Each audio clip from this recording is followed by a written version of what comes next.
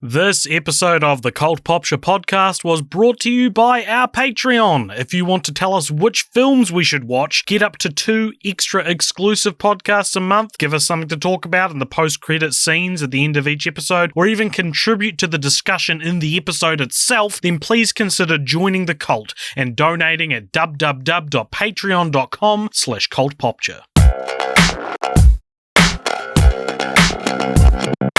Hello and welcome to another spooky episode of the Cult Popture podcast. You guys can't see at home, but AJ has gotten in the mood. He's got a very spooky new webcam. At least you can see me now. The last couple of episodes we've done, you haven't been able to see me, but the lighting in the attic in which I reside is not very complimentary. It is turning the very low quality footage the webcam's capturing into quite the ghoulish visage. I think I've got very sunken in eyes, and I don't like it. I need to get some kind of better light. The fact that you reside in an attic in and of itself is already fairly spooky. But it is not just us today. Normally, when we make jokes about what I can see on the Zoom call while we're recording this, it's just for me. But we've actually got someone else joining us on the Zoom call today. That is writer/comedian Lily Hanson. Thank you for being here. Hello, Lily. Eat shit and die, AJ. Yeah, you got in the spirit. You know how to do it. Welcome to the Cult Popture podcast. Hey, I'm happy to be here. I'm a fan. That's the thing as well, actually. I should say a little humble brag for Cult Popture, as we've had... I hope I don't embarrass you by saying you're relatively internet famous, Lily. And we've had internet celebrities on before, but I don't think we've ever had one on who became a fan of us, and that's how we met you, which was very independently, very humbling, very touching. So we were immediately like, oh my gosh, we've got to get Lily on the show, and here you are. I back in the day, I created a series called Joe Goes, where I would go out to different events in different countries and playfully tease people and myself. And this is all part of my plan. It was all to for this. one. My plan was number one, join your Patreon. Number 2, get recognized by you. Number 3, persuade you to let me be on a podcast. And number 4, world domination. Wow, I think there might be a big gap between those last two there, but good luck. You've done so well so far. That's true. Your success rate is reliable. Yeah. So today we're covering, this is film franchise Fortnights on the Cult Popture podcast. This is a series we've been doing it for a long time now. You should be caught up. That's where every fortnight, which is 2 weeks, a 2-week period, 14 nights, we look at a different film franchise by watching every film in that franchise. And today we're covering the Nightmare Vacation franchise. Oh, okay. For our British friends. Everywhere else in the world knows it as Sleepaway Camp. Is that because Sleepaway Camp is an American term? Yeah, I imagine so. Were you a camper, Lily, in your day? Sleepaway Camp, I guess maybe it is uniquely American. Well, when I was a kid, I was raised Lutheran Christian. And I do recall going to camp, but it wasn't real religion-y. It was, there were songs and stuff, but I just remember canoeing and playing tetherball and all these games. And it was more about just the fun and challenges, see if you can get across this course with working together without touching the ground. And I just remember having fun. But then someone I know went to a friend's camp, and it was really Jesus campy, and we're trying to get them to speak in tongues and stuff. And so been there. Yeah. Oh yeah, that's right. Yeah, we learned that in the God's Not Dead series. Yeah. A fan And ladies and gentlemen, a fan of the show is guest starring on the podcast. Yeah. I'm going to do a podcast where I rank all of your episodes. What a dream. It will become more famous than this podcast, I bet. But yeah, so it was like religion was mixed with it. I grew up in rural Minnesota. I don't know if it was like that for everybody, but sleepaway camp was like a colloquial term. Yeah. Yeah, because that was kind of what a few films in, I was like, none of the camps this is set at are called sleepaway camp. And then it's used as like an offhand term in one of the films, and I realized, oh, that's just what you guys call them. It makes it a better title, I think, than it's like referring to an experience rather than the place itself. Like it could be called summer camp. Mm-hmm. Yeah. We like to talk about titles here. Yeah, we do. We sure do, Lily. We sure do. You know. Don't get too ahead of yourself. So the Sleepaway Camp or Nightmare Vacation franchise consists of 5 films. That is Sleepaway Camp 2, Unhappy Campers, Sleepaway Camp 3, Teenage Wasteland, Return to Sleepaway Camp, and the 5th film, Sleepaway Camp 4. The Survivor. So there's obviously a story there as to why the titles are like that, but we will get to that in due course. For now, though, we traveled to 1983 for the first Sleepaway Camp, and who would like to have the absolute pleasure of telling me and the listeners at home or at the office or wherever they are what this film's about? Thank you for being so inclusive about where people might be listening. Do you want to do it, Lily? I can do it if you don't want to. No, you do it. You're good at it. Yeah. Okay, sweet. So we haven't, I don't know if we've mentioned this, but we are returning to like the sort of slasher oeuvre that we've, a little slasher mini canon in the podcast with this film. Though, might I reflect a very, like, not a very often spoken of slasher. Like, people go, oh, Friday the 13th, Nightmare on Elm Street. I feel like Sleepaway Camp is often left out of the conversation for whatever reason. But this is, for the most part, a pretty standard and I would say relatively inoffensive, not for long, slasher set at a camp. There's a bunch of teenagers, a bunch of horny teenagers, and they're each getting killed off one by one. The film is framed by a sort of a setup and a reveal. At the start of the film, we see a brother and a sister are on a boat, and with their dad at Camp Arawak, where the first one is set, and they're involved in an accident. You, the viewer, spoilers for Sleepaway Camp, you, the viewer, are led to believe that in the accident only the daughter survived, and at then 8 years later we flash forward, and this girl is now attending Camp Arawak, and she's very quiet, she's very awkward. She gets bullied a lot. Her only real friends are her cousin Ricky and a boy that's got a crush on her. And as people start getting killed off, I think you're supposed to think it's Ricky. Knowing anything about this franchise, I immediately assumed it was Angela. That's interesting. Yeah, I was wondering that as well, because it's very obviously Angela. Yeah, exactly. And the big twist at the end of the film, and I guess a content warning for some, what's the best way to put this? Like, sort of misguided, dated transphobia. The reveal is that it was actually the boy that survived at the start, and when he was adopted by his auntie, she wanted a girl, and so dressed the boy up as Angela, the dead sister.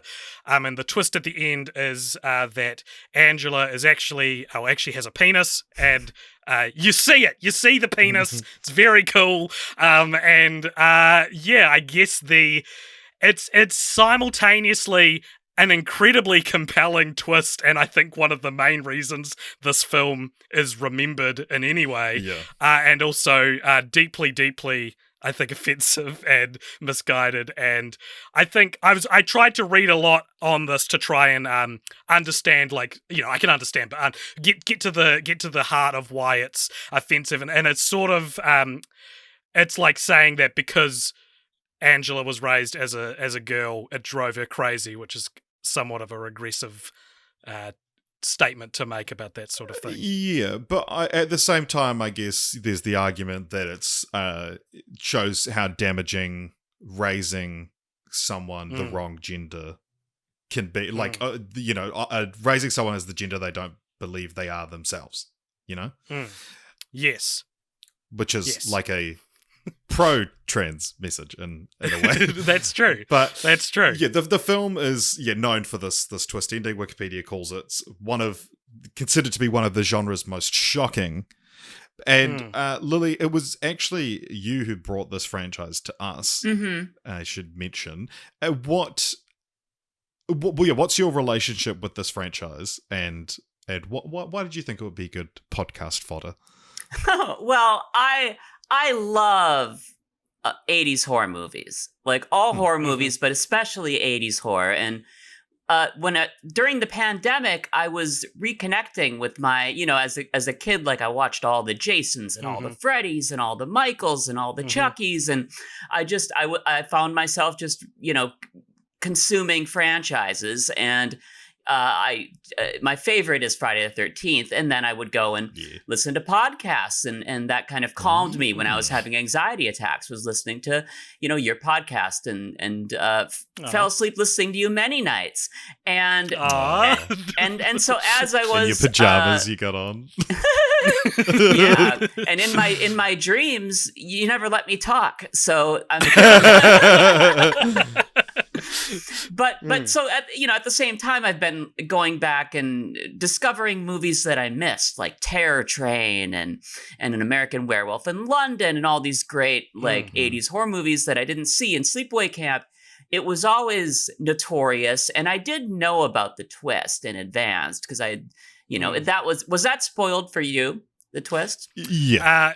Yeah. Well, you continue, and I'll pick that up when you finish. Okay. Yeah. So, and then I saw it, and I just was like, I love this movie. It's. Can we swear on here? I forget. I'm blanking now. Yeah. It's fucking almost exclusively. It's fucking bonkers. And I love it. And yes, it is problematic, but it's problematic in many ways. There's a predatory counselor, the chef Artie, who's in the opening, in the first act, he's looking at the kids, and he's like, that's right. What does he say? Oh, young fresh chicken, where I come from, we call them baldies. And it's just there's so much bonkers and problematic about the movie that I mean, yes, there is a long history of transgender representation in media being negative, or trans seeming people, conflating dressing as a different gender than what you were assigned biologically, and that makes you crazy, or a serial killer, or a trickster. And I said it in my coming out video, The Cost of Costumes plug, but link in the description. Laverne, it's a great video. Laverne, thank you. And Laverne Cox's I came here for compliments. Laverne Cox's documentary Disclosure does a great job of recapping, how either Silence of the Lambs, Buffalo Bill, is it a trans character? No, I think explicitly they say it's not a trans, but he's trans seeming, they're conflating, and it's the same thing with this. And I really, you're both absolutely right. It's a problematic twist ending, and but at the same time, it's a child who's forced to live as a gender.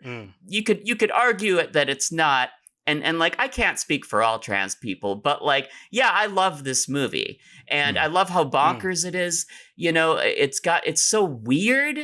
It's weird. It is weird. I agree. Yeah, it's very weird. It's a weird tone. There's so many weird moments. There's that really long baseball game, and that interaction of the kids teasing each other. That's just eat shit and die.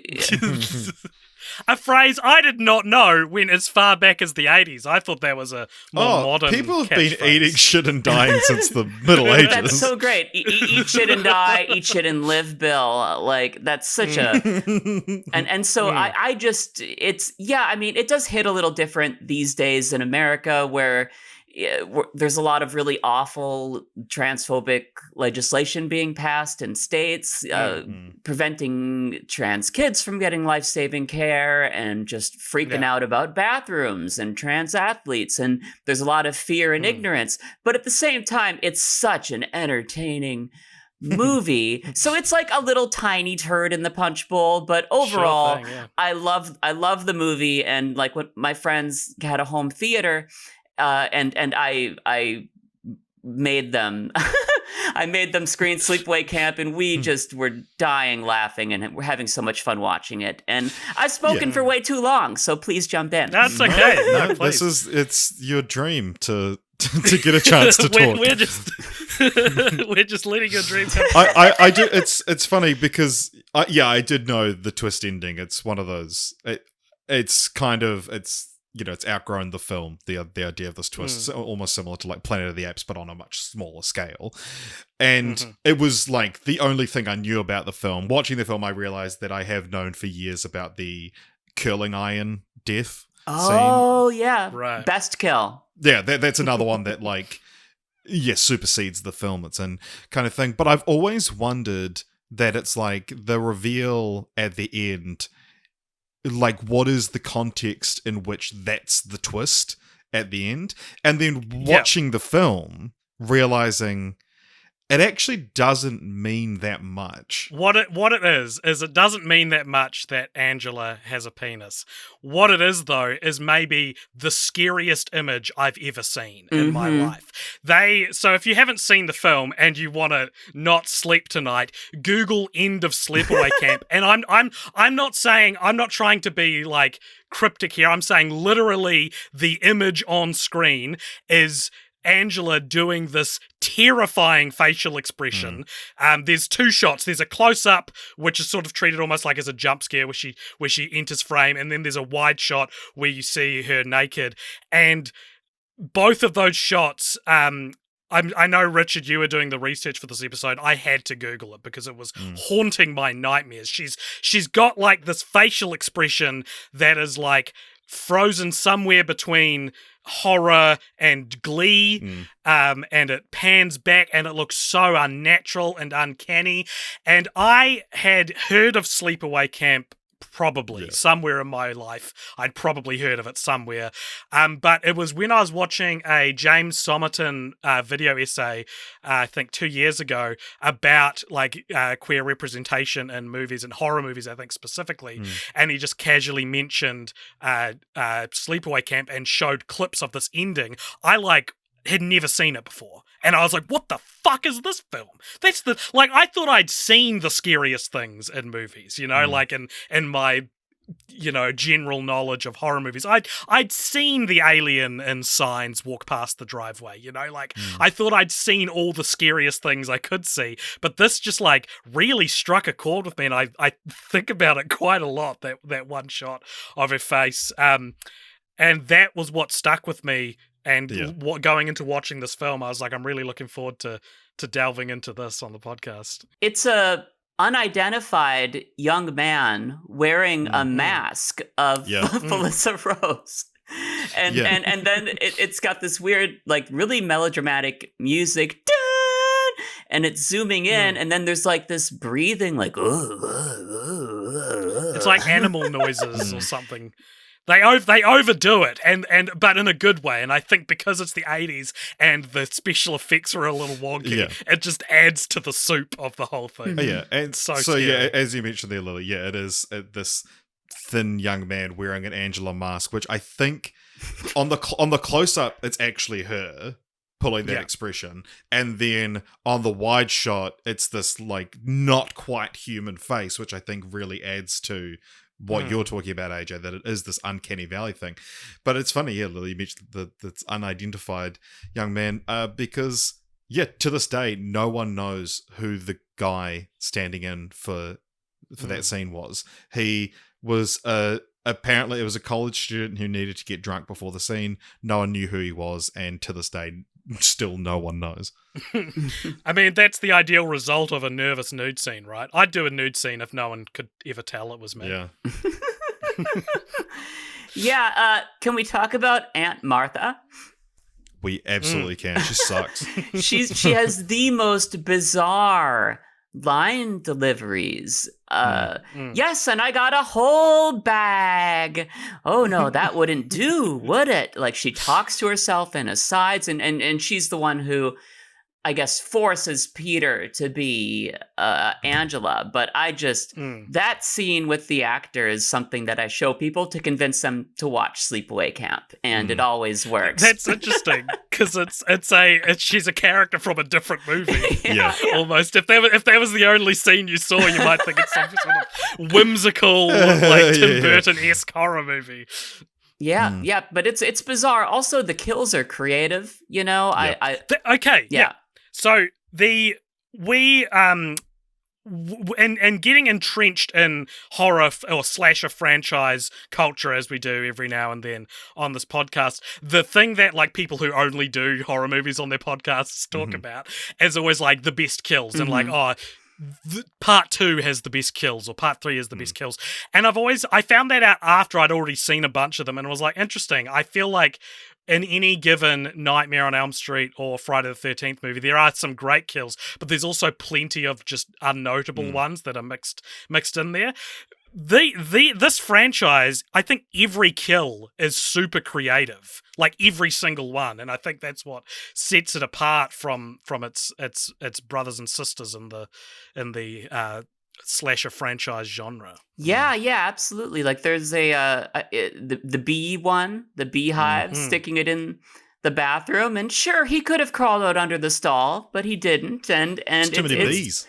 Hadn't seen that. And also bees killed him, which is I don't know if maybe we could have been provided with some context that he was allergic to bees or something like that. Yeah, they were really quick to point out like Judy's name wearing a shirt that says Judy, and Meg is really aggressive. I'm Meg, M-E-G, Meg. We could have seen similar aggression for this guy's allergic to bees, like an allergic to bees shirt or something. But yeah, absolutely.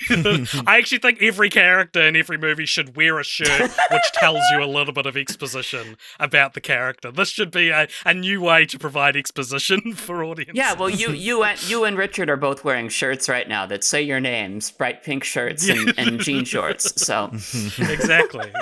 Very short jean shorts. As is tradition with Sleepaway. Oh, that's what I love about the 80s. You have all these like ripped boys in like cut off shirts and short shorts. That's back when men were men. Because this film doesn't actually have any female nudity from memory, but the male outfits are very skimpy, and there's a group of the males go skinny dipping as well at one point, and there's this whole behind the scenes story about how one of them didn't want to do it, and then they said no, it's fine, it'll be a closed set, and then they didn't actually close the set, so there was like locals just picnicking around watching them film. And then so at the end, when they get out of the pool and he like grabs his junk and says something to one of the girls. He was supposed to be naked in that scene, but after all that, managed to convince the director to allow him to wear underwear.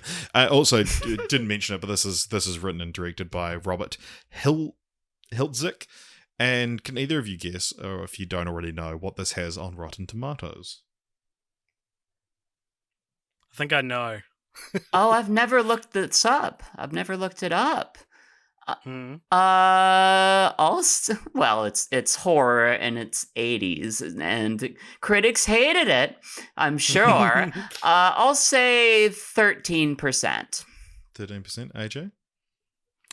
I think it's in the 70s, isn't it? It's 78%. Yeah, that's really it's quite high. It's higher than like fucking Friday the 13th. Like, it's quite a respectable Rotten Tomatoes score, and I think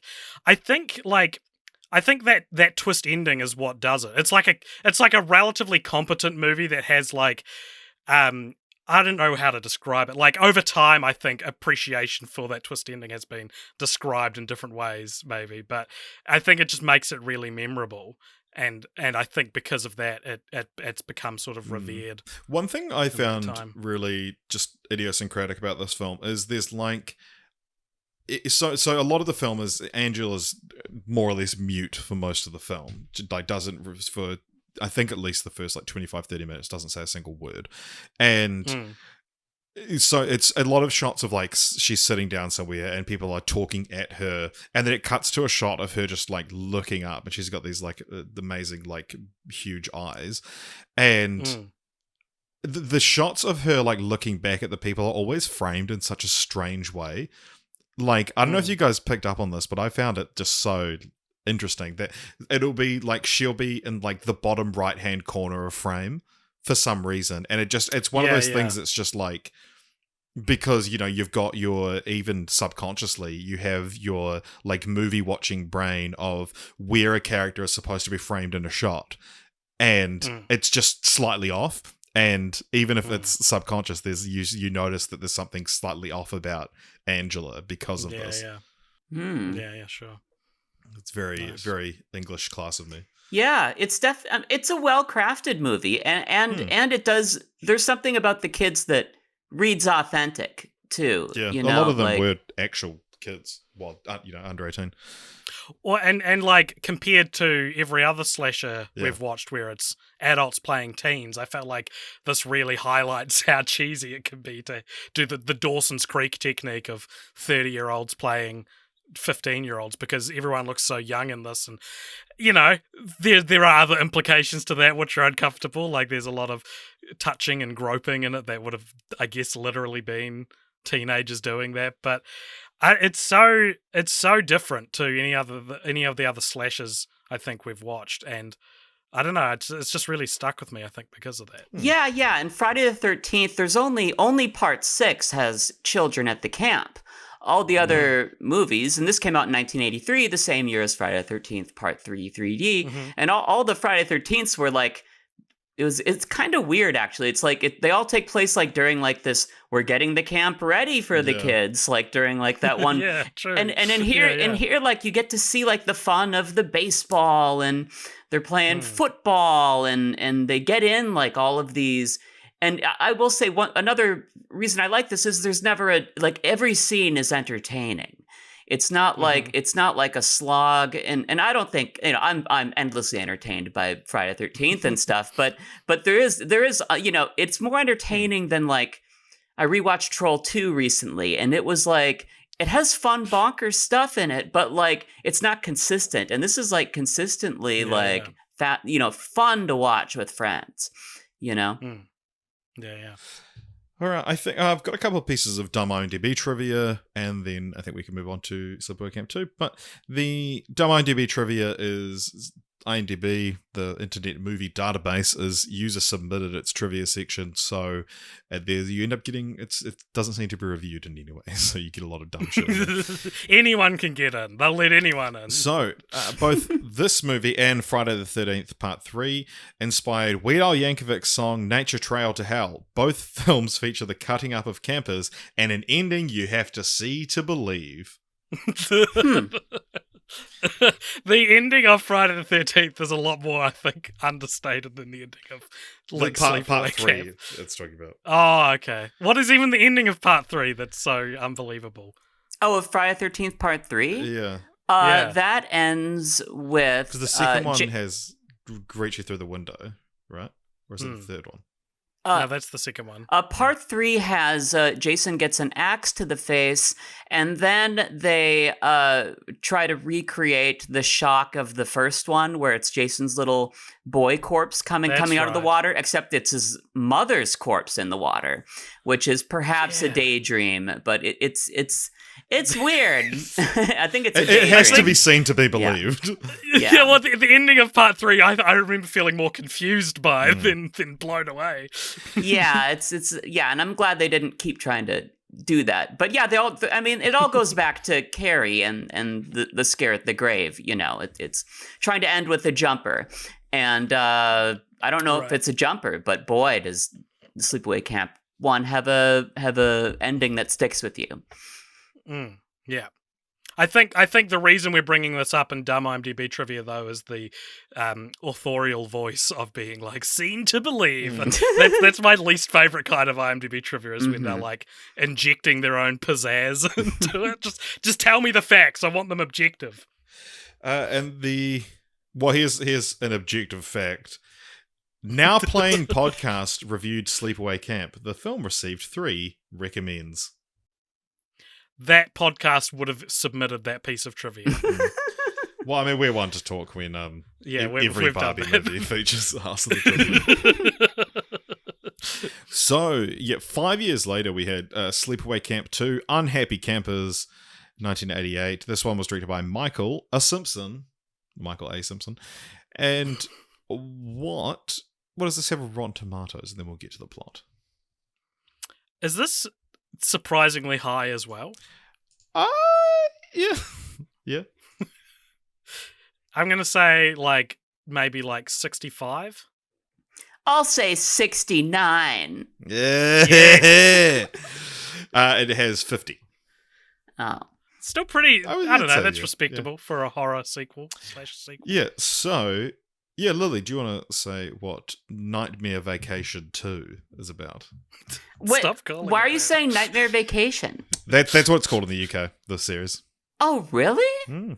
Oh, geez. I missed that earlier. I must have been looking at my own reflection and admiring myself and popped out of missed that. Wow. That's not a good title, because a vacation, I'd think you're going to Disneyland or something. Yeah. I'll take a shot at the recap.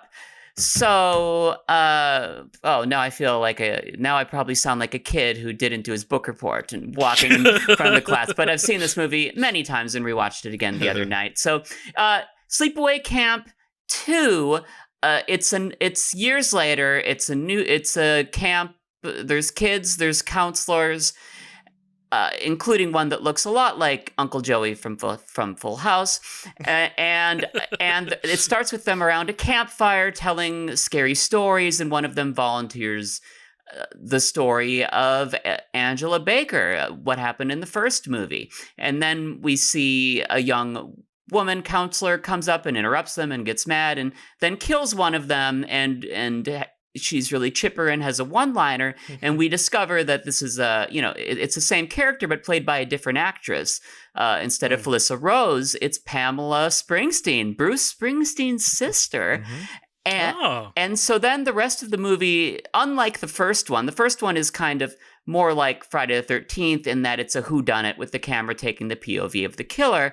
And in Sleepaway Camp 2, the whole movie is seeing a whole new crop of campers. These are older. There's a lot of boobs, and they're a little bit older. A great increase of boobs in this film. Yep, you got to increase the boobs on the sequel.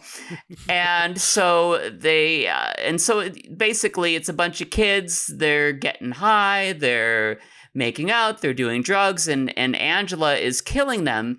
But this time, it's almost like a little bit of Nightmare on Elm Street influence, where she's it's like the girl who's has a sassy mouth gets her tongue cut out, and it's the girl who's like a leech gets and is shitty or whatever, is dragged to an outhouse and shoved in the toilet and drowns in it and has leeches on her face. And so it's her killing all the campers, and they have I don't know if it's the word ironic, but they have a death that kind of references their thing. Sure, yeah. Yeah, and then so that goes on, and nobody notices because she claims that she's just sending the kids home. I'm just sending them home, and really, and again, like Friday the 13th, Jason has a shack in the woods with his mom's head on a shrine. She keeps their bodies in her shack, and then there's a final girl, Molly. All the characters have names inspired by the Brat Pack, which is something that I didn't notice on a watch, but I read online. and then it ends with she kills everyone and gets away, and that's the movie. It's much more of a comedy. It's much more of a comedy, and it has like some fun meta moments with like some kids dressing up like Freddy and Jason types to scare her, and she comes out as Leatherface, who is like the OG, who predates them, and with the chainsaw. And so yeah, that's the movie. I would like to say that I think that Sleepaway Camp 2 has just as shocking of an ending as Sleepaway Camp 1, but for a completely different reason. So the final moments of this film, for those who haven't seen it, is a slightly too long sequence where Angela is chasing the final girl, but she's not trying to kill her. She actually likes her, and she's trying to say, "I'm not going to kill you, don't worry," and it ends up with her. She falls. Does she fall off a rock? And Angela thinks she's dead, and then she leaves. But then this girl wakes up, and like goes to escape. And then Angela, who's now killed everyone left at the camp, goes hitchhiking, where she gets picked up by just a Texas stereotype, like just out of the blue. It's just this cowboy lady who's like going like talking about manners and stuff, and then Angela kills her, and then the final girl, who we thought was dead but is actually alive, is hitchhiking and gets picked up by Angela, now driving this car. And the final line of the movie is Angela pops her head out wearing a cowboy hat and goes, "Howdy, partner!" And it's like, why is that the end of the movie? There's no cowboy subtext in anywhere else in the movie, nor is there like this idea that Angela like adopts the traits of her killers, or it's so weird. It's such a like couldn't think of an ending, and I loved it. Yeah, it just sort of ends. But it's got some. It adds some great. To me, it's not as good as the first one, because the first one has that indelible like topping of weirdness to it. But this one does. It has the "I'm a Happy Camper" song, which is fantastic. I'm a happy camper, and I do love this new take on Angela, where she just loves camp, and she's so chipper, and she almost like Freddy, making these little one-liners with each kill. And it's got some kind of clever stuff too. Like they do a panty raid, which we've seen before, and I don't understand the point of, like, I've never like why are we but like after the panty raid, I don't get that. Like, has anyone ever done this in real life? Like raided but what's great in this movie is they follow it with a jockstrap raid. And again, I don't know who's wearing but like it was the 80s. Yeah, it was, I guess. But like it's clever to do, the girls get to do their jockstrap raid. And what is it? One more line I want to say: keep your morals strong and you'll never go wrong. Like it's a fun movie. One line I really liked in this movie is at the start, when they're around the campfire and they're sort of each telling bits and pieces of the Angela Baker story. Oh yeah. And this will bring up actually an important development in the plot. Actually, is one of the guys.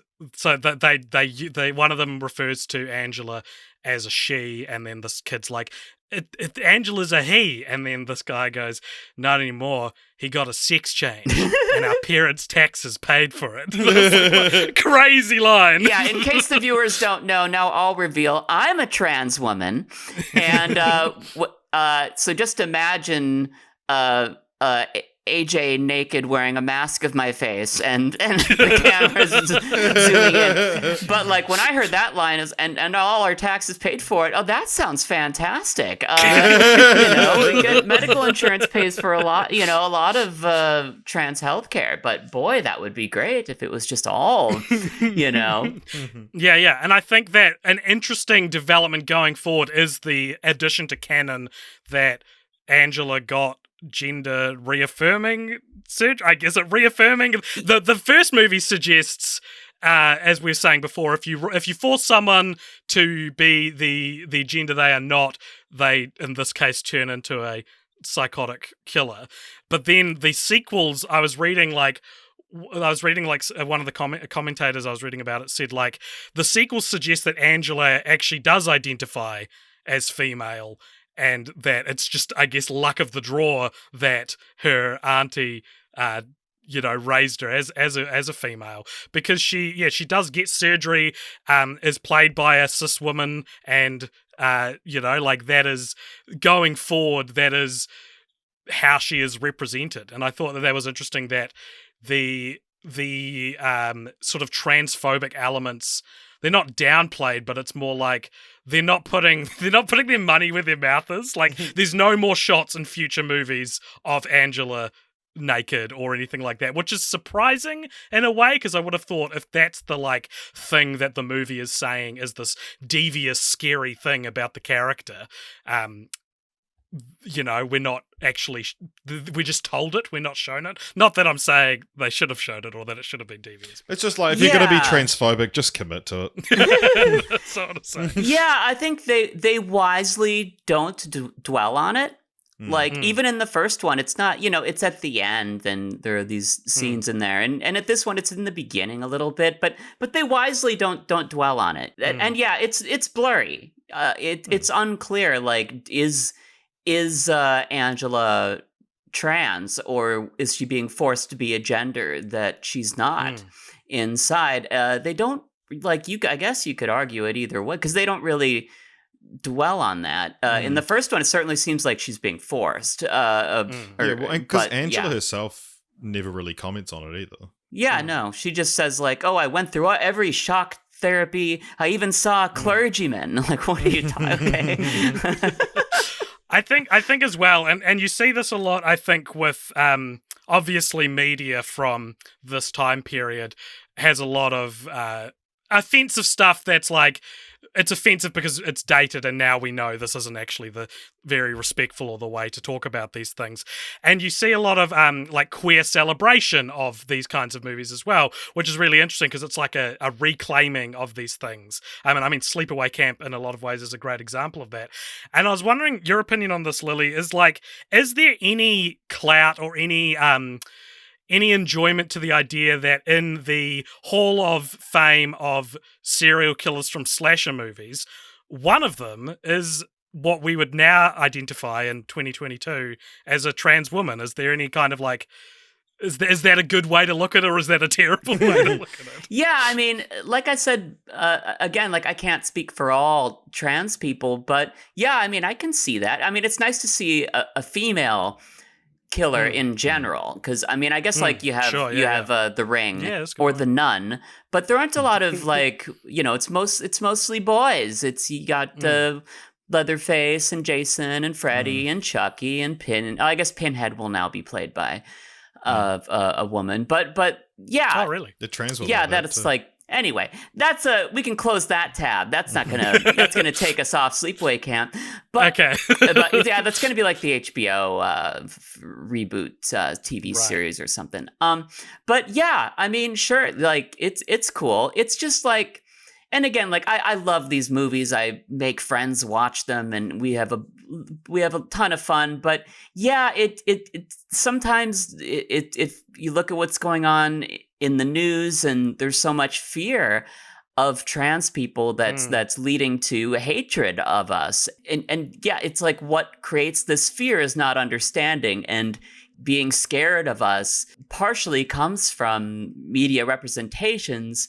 So yeah, I mean, so I feel like a little conflicted, like, yeah, it's great. Let's have a trans killer. That's cool. If you love cosplaying as these serial killers. But on the other hand, like, it's like, let's just be aware of how, if we're only seen in the roles of killers and negative stereotypes, then if we're only seen doing that, then that can lead to problems, so it's so yeah.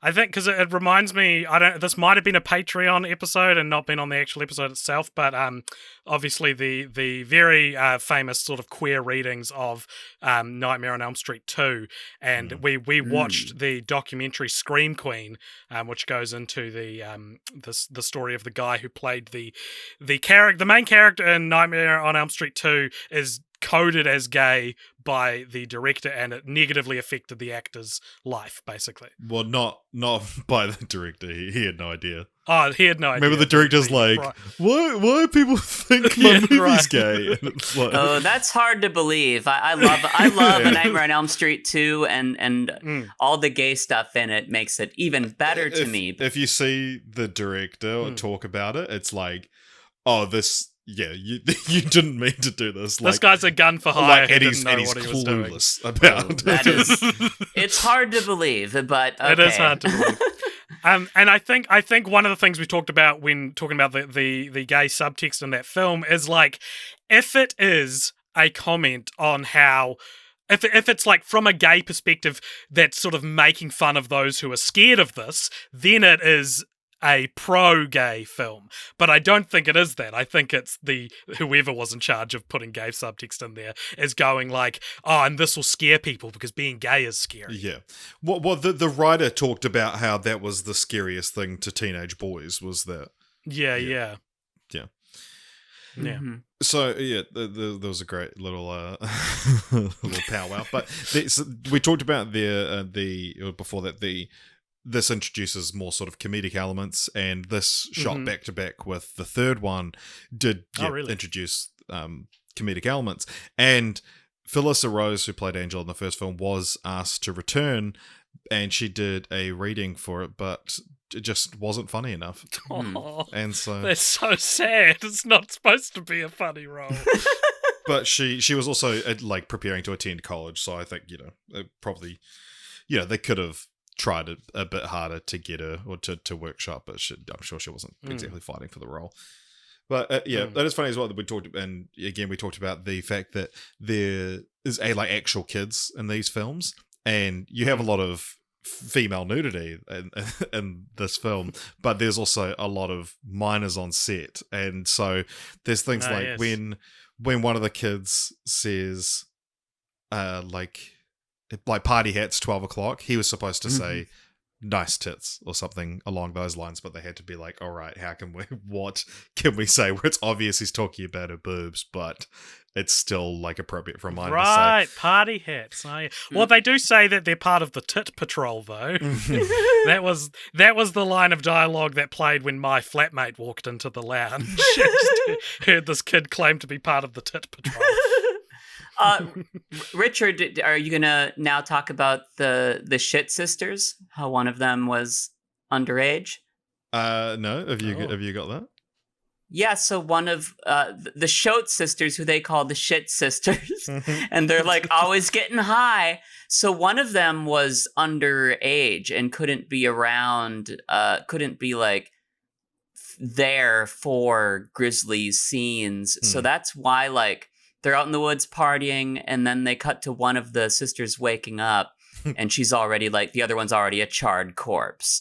Right. And that's because they just couldn't have, because she was like just a little bit underage or whatever. Yeah.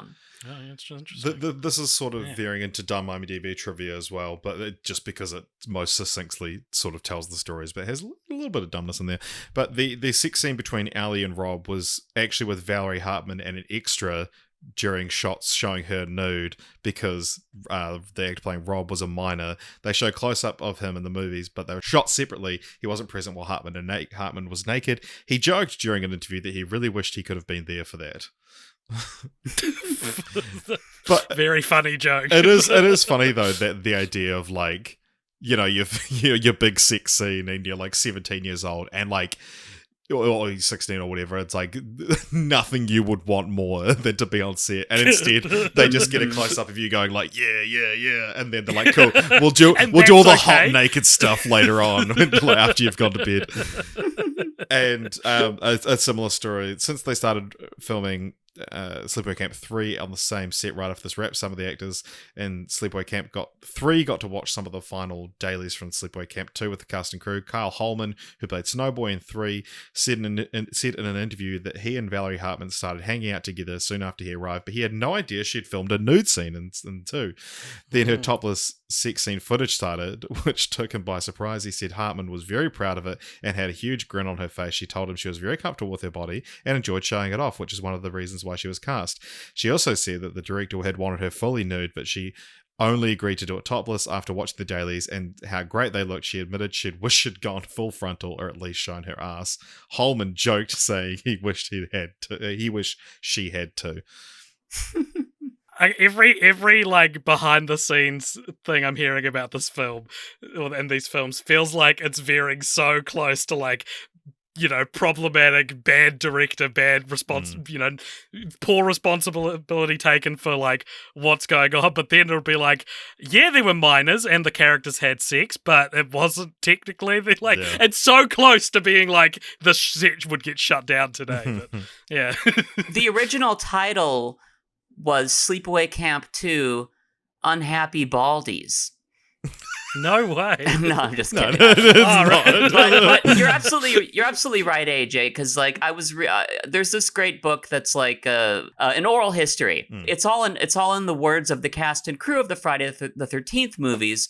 They go through every movie, and that's like a reoccurring thing that you see as directors being and actresses or actresses sharing it and being like, yeah, the director was like, they didn't say anything about nudity at the audition, but then we're on the set and they're like, hey, you know, it'll really help the movie if you got in the shower naked and let us record you, and everybody's doing it. And then they would feel pressured to do that. And I wonder if that happened here. I don't know, but it certainly happened in the Friday franchise a few times. And some of them regretted doing it, and some of them were like seemingly chill with it. But yeah, it happened. Well, I guess in Hollywood, you have to be seen to be chill with it, because otherwise you get a reputation for being difficult to work with. Yeah, I think thankfully things are different today, but in the 80s it was a little... Well, you got intimacy coordinators and everything.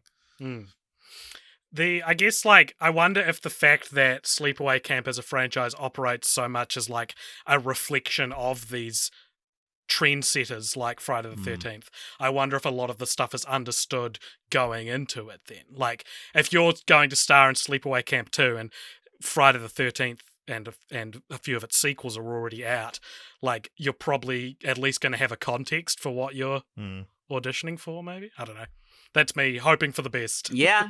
A lot of I remember, like, Friday the 13th 5, the one that doesn't have Jason in it, they said essentially, like, yeah, we shot a porno in the woods, essentially.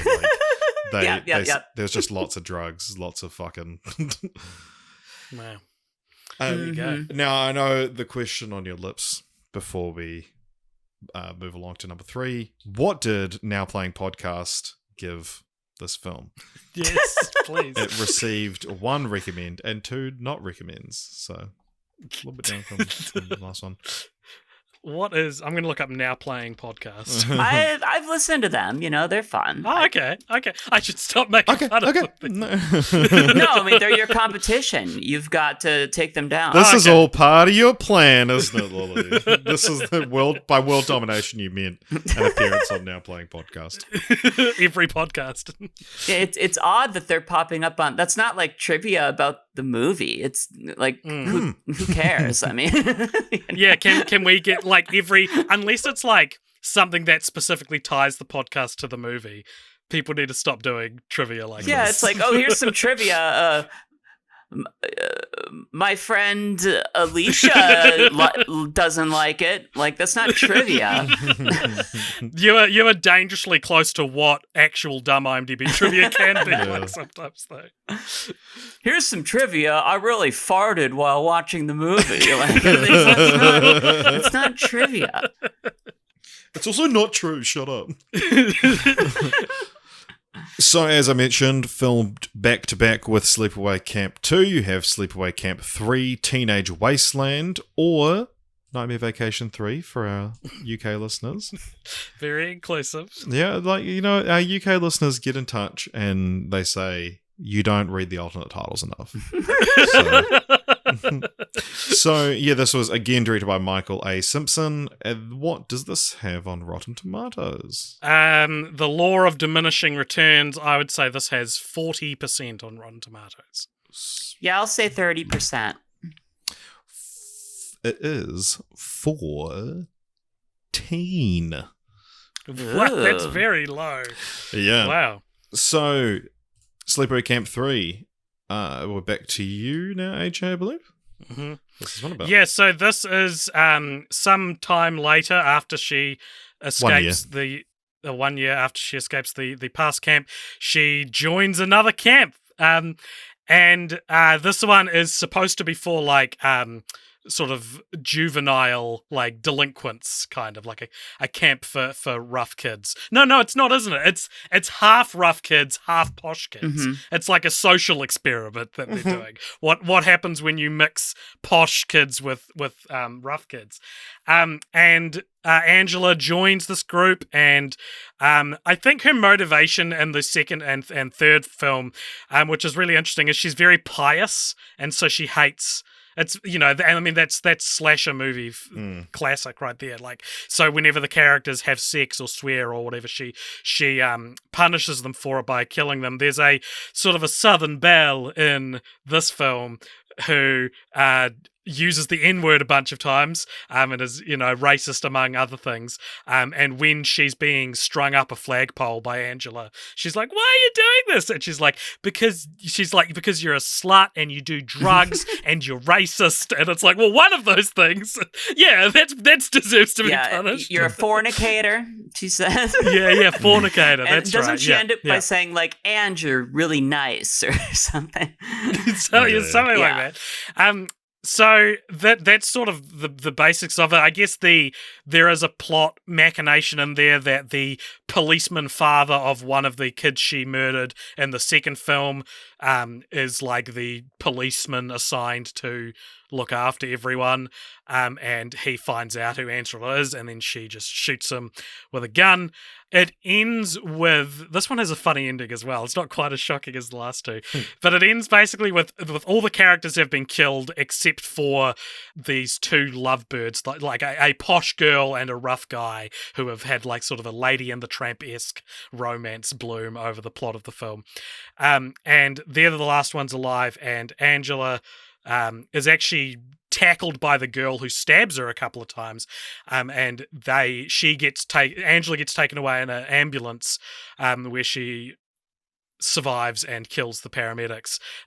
But the shocking part of this film, I thought, was that the guy, when they're like waiting in the police car together, the two survivors, and he's like, I'll move to Idaho. I'll come over. I'll take care of you. We get married. And then she's like, "Oh, I have a boyfriend back home."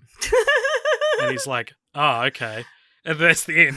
There's no, I was like, oh, is he going to kill her now? Like, is there something that feeds into the story? Yeah. But that's the strangest thing about all of these slashes, is like the plot lines they give all the soon-to-be dead characters, they never mean anything, and I'm always like looking for more meaning in them. But Friday the 13th is real bad with this. You'll like get full-on love triangles that just don't end up getting a resolution. Yeah. They get killed. Yeah, or like I've come around to really enjoy Friday the 13th Part 5, because so much of the movie is just, here's a new character, introduce them, and then 5 minutes later they're dead, and it just continues happening over and over. It's like, get to know this person, goodbye, now get to know this person. And so I do enjoy some of these characters. I love this does what sequels should do, which is, here's the same thing again, but a bit different. And I like the upper class, lower class skirm, and I like that there's a cop there, like someone who is a threat to Angela. So those elements I think are really good, and there is some good creative kills. It's not quite as good as 2. It just seems a little lacking in energy a little bit, but it does have the lawnmower kill when they kill Lily, the character Lily. Oh my God, buried in the ground. She's buried alive with her head sticking out, and then she goes and gets the lawnmower. Oh, I love that, and runs it over her head. Oh, that was great. Yeah, it is great. Yeah. This one I probably kind of have the least to say. You guys, like you say, it's just. It's the second one again. It's the same Angela doing the same kills and having the same kind of attitude. It's good fun. I came to quite like Pamela Springsteen as Angela. And I wonder if that's like a, sacrilegious thing to say in sleepaway camp circles. But yeah, I thought she was great in these two films, and I just had so much fun watching her. And it's that the glee she feels, just like it's, oh boy, here I go killing again. And it is fun to just watch a serial killer more like Freddy Krueger than Jason, obviously, where it's just someone having fun.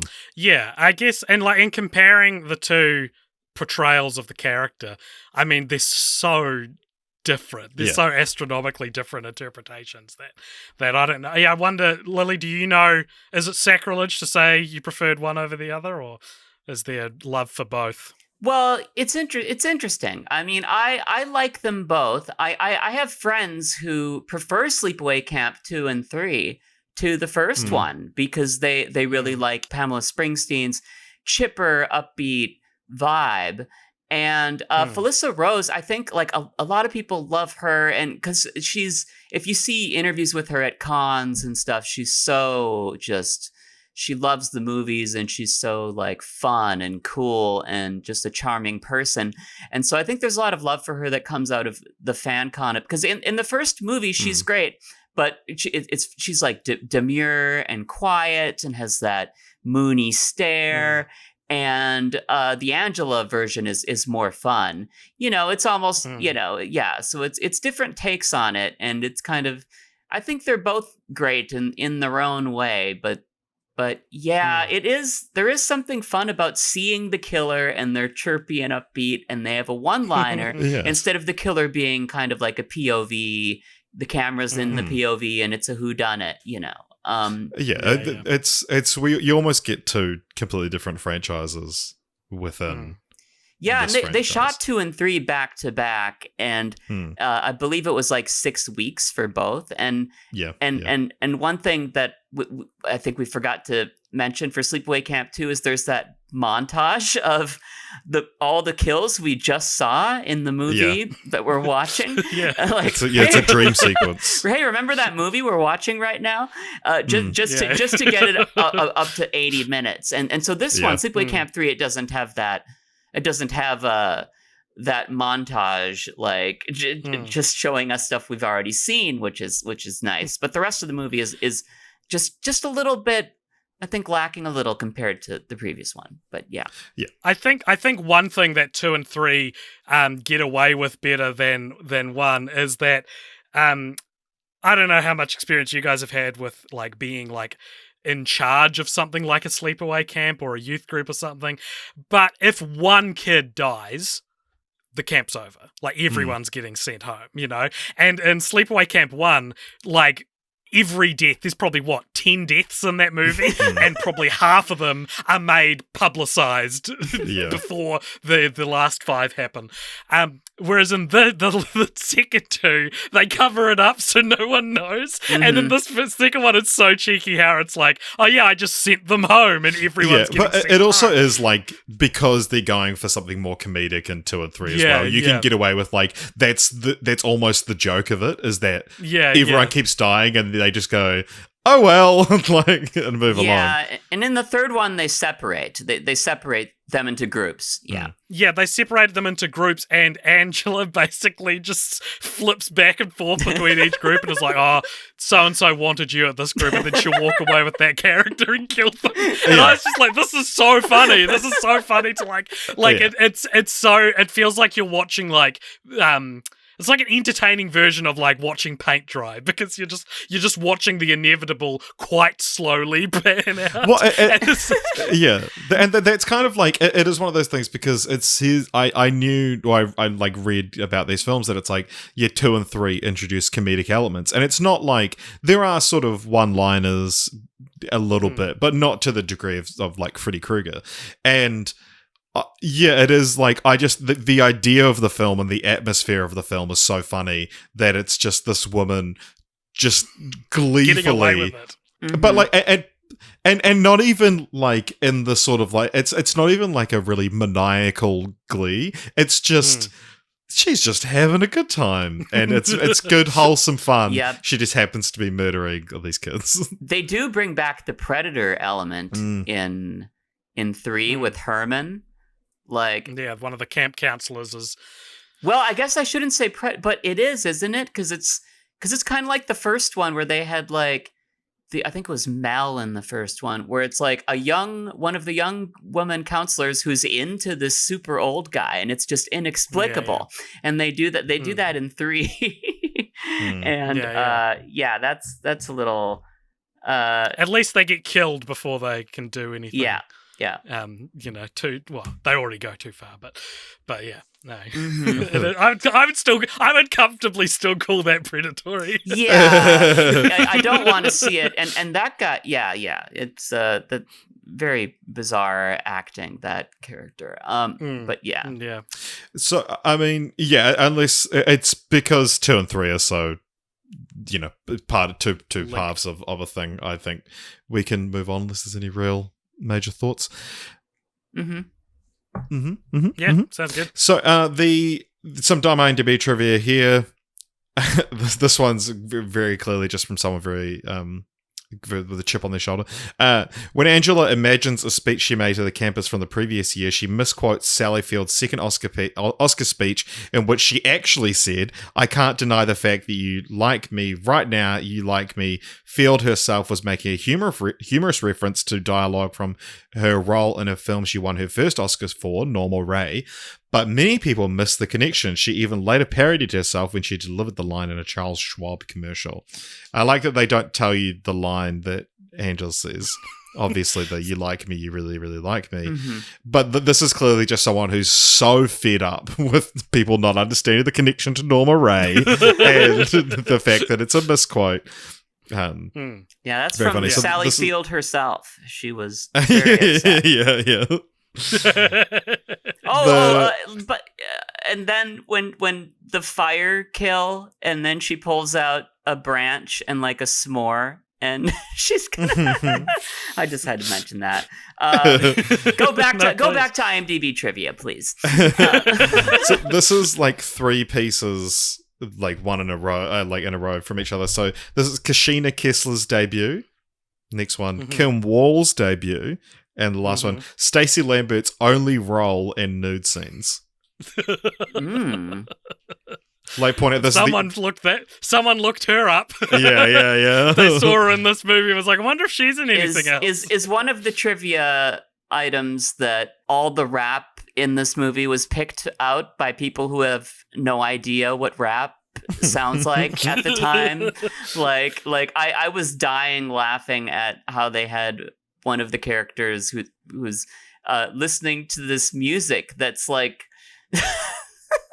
it's like this Sonic the Hedgehog 2 Green Hill Zone, like synthy, and it's like they shot this in '88, like that's when NWA, Straight Outta Compton, was coming out, and Public Enemy, It Takes a Nation of Millions, and BDP and Eric B. Like, it's not even Run DMC was tougher than leather. It was like, it wasn't sounding like, I guess they couldn't afford, but it was like so funny to see somebody like rocking out to this like Wiggles circus music. Like, I don't know. So I'm sorry, I'm interrupting again. No, it's fine. More IMDb trivia. Does anyone want to guess what Now Playing Podcast gave this? I'm going to say 1 recommend, 2 not recommends. Oh, those persnickety grumps. I'll say they all don't recommend it. Lily, you're correct. 3 not recommends. I think these 3 movies, the first one is better. I think 2 and 3 are pretty indistinguishable in terms of quality. Yeah, I agree. Yeah, I think 2's a little better. 2 has the edge. Yeah, you're right. Yeah.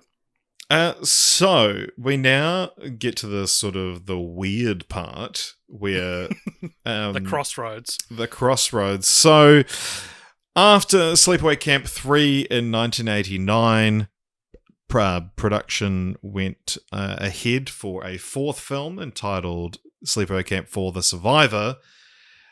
But we'll get to that in a moment. But first, we have Return to Sleepaway Camp, which came out in 2008. And this was, again, written directed by Robert Hiltzik, who did the first film. It does not have a critic score on Rotten Tomatoes. Oh, is it that obscure? My God, I didn't know. Yeah. And, but instead of Rotten Tomatoes, let's guess what Now Playing Podcast gave this. I mean, maybe they gave it not recommends, but I've got some stuff to say about this film that might fly in the face of what I thought might be a low critic score, but not existent one. Well, I will say I've listened to the Now Playing cast, and I don't agree with them, especially on Sleepaway Camp, as it seems. But I don't. Even if I don't agree with them, they're film enthusiasts, and they make good points, and they got a good crew. I would say it's going to be no recommendations again. 1 recommend and 2 not recommend. According to IMDb, at least. So, yes, Lily, back to you. What is Return to Sleepaway Camp about? Okay. Return to Sleepaway Camp is... Well, first of all, it was so impossible to find this movie. Like, at least in the US, it's not streaming on anything. And you can't... It's actually on YouTube for free. Is it? That's how we watched all of these films. Oh, well, I watched it on a sketchy Russian website with a bunch of ads popped up, and hey, welcome to Film Franchise Fortnights. My computer is virus riddled because of this exact problem. Oh yeah, a lot of strange deposits going to Eastern Europe from my savings account, but it's okay. But no, it's like I didn't know it was on YouTube, but like I looked on the Just Watch app and it was nowhere, and you couldn't even rent it, and it wasn't even on Tubi. Not even on Tubi. So anyway, it was. I watched it on a sketchy site, but I found it. Return to Sleepaway Camp is written, I believe, it's at least directed by the director of the original. Written and directed. Oh, really? Okay. Yeah, and it ignores in a contemporary way. It's like the trend now to do this, but it ignores Sleepaway Camp 2 and 3, and just. It picks up 20 years after the first one, and they actually did shoot this movie in 2003, but it didn't come out until 2008. Oh my God! Yeah. What? I guess 2000. I was thinking 2012, but that's the other one.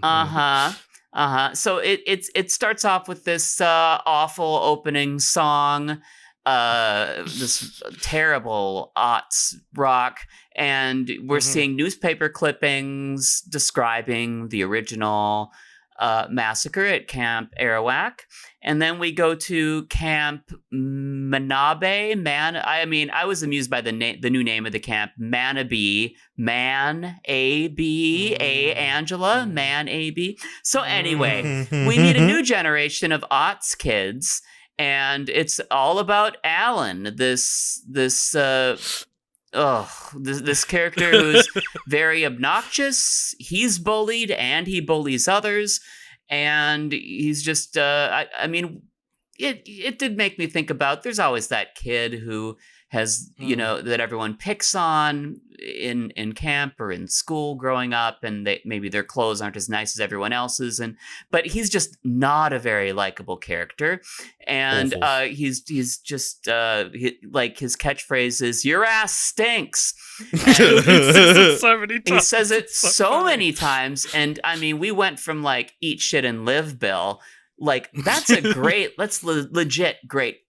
That's a great line. That's good writing. That's funny. To "Your ass stinks." And it's like, yeah, your ass stinks. How are people even offended? Like, of course, poop comes out of there. It stinks. It's You're right. You're right, Alan. My ass does stink. I guess, I don't know. Maybe it's playing off your shit doesn't stink. Anyway, so it's basically Alan is introduced and everyone picks on him. And it's to make him out to be a red herring, and then the murders start happening. And of course, he's the one with all of the enemies. And so the movie plays out similar to the other movies, except similar to the first one, it brings back the whodunit. So the killer we see a POV, and we see like the killer's feet and hands, and there's a lot of really creative kills. Like this movie It's really hard for me. I'm opinionating now. It's hard to watch the scenes in between the kills because there's so much shouting and just aggression, and there's such an obnoxious movie. it's such an obnoxious. But like, there's some really creative kills that surprised me, and so and then a couple of the original actors come back. The guy who plays Counselor Ronnie is back and still a counselor. What a turn his life has taken, that he's still a counselor at this camp.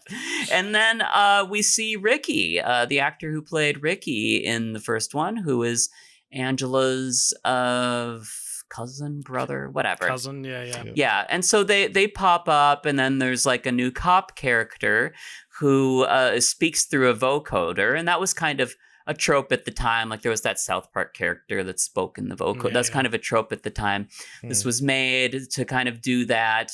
And then, so it all, people die, and then it ends with the reveal that the killer wasn't Alan, and the killer was actually, dun dun dun, Angela in disguise as the cop. And is it the sheriff or the cop? The sheriff. It's the sheriff. Yeah. Oh, yeah, you're right. It's the sheriff. It's actually Angela, and she does a crazy laugh. And again, played by Felissa Rose. Again, played by Felissa Rose. Yes, thank you. Yeah. She's clearly trying to replicate that terrifying image from the end of the first one, but I think because that was partially an accident, it's nowhere near as gripping, I didn't think. Yeah, and they don't do that freeze frame and musical cue. Yeah. But I like seeing her back, and I like, And then there's a post-credit scene, which I thought was one of the weirdest post-credit scenes I've ever seen. It's just a car broken down on the highway, a cop stops to help out, and then the person whose car broke down kills the cop, turns around, and it's Angela. But it's like, why any of this? Oh, well... Why? What is this going for? Oh, I think it's so strange. Richard, do you want to tell him why? You can. You don't know. You don't fucking know why, Richard. You don't know. It's that's the sheriff who she replaced. Oh, of course it is. Yeah. It's supposed to be her having just escaped. I thought this was chronologically what happened next, and I was like, okay, all right. No, that does make a little more sense. I don't know why. It probably didn't need to be included, and even weirder to include it as a post-credit scene. Yeah, what is this, a Marvel movie? Like, we have the Sleepaway Camp Extend Cinematic Universe, the SCEU. This film contains one of the most baffling cameos I've ever seen in a film. That Isaac Hayes reprises his role from South Park as Chef. So there's two South Park references. One's a little more oblique than the other. But Isaac Hayes, dressed as Chef, who had already been killed off the TV show and left on bad terms, reprises his role. But was this filmed in It was 2000? filmed before he left South Park. Oh, I was wondering that, because it was a Scientology episode that he split ways with it came South Park. Out this film came out just after he died. Yeah, because I heard his voice, and here's I didn't know that until the credits rolled, because I remember the first Sleepaway Camp, and again, we forgot to mention this. It's okay. James Earl Jones's dad is the, what was his position in it? The chef or whatever? That's it's an Earl Jones. Oh, right, yeah, the chef assistant. Yeah, and you can kind of hear it in his voice. He doesn't quite have, he has a vocal similarity to his son, James Earl Jones. And so I thought, maybe they have this guy with a deep voice, because that's kind of a reference to the original. And then I had a thought, wait, is that kind of sounds like Chef from the old South Parks? And then I was like, oh, no, it can't be. It can't be Isaac Hayes. And it was. Yeah. Yeah. It's very strange, especially because the character disappears after the first quarter of the film and isn't seen in the rest of it at all. Very strange that this was even put into the movie. I don't understand. Did like the South Park guys have to give permission or anything like that? I don't know. It's so weird. It's so strange. Yeah. I guess it's legally distinct, maybe, because he's the chef. Yeah, but because Wikipedia calls it like he has a cameo as his South Park character chef. Yeah, and it's that's how not often do you it. see No, that he's happen? the chef, but he is wearing I think a similar outfit. But he's playing a chef who's dressed like the chef. Yeah.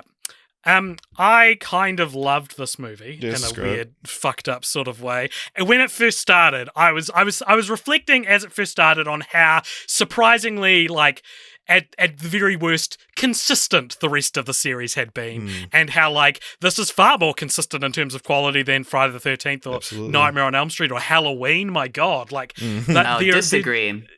You don't there are more movies, and there are probably, I would say, there are plenty of movies in those franchises that are better than any of the Sleepaway Camp movies.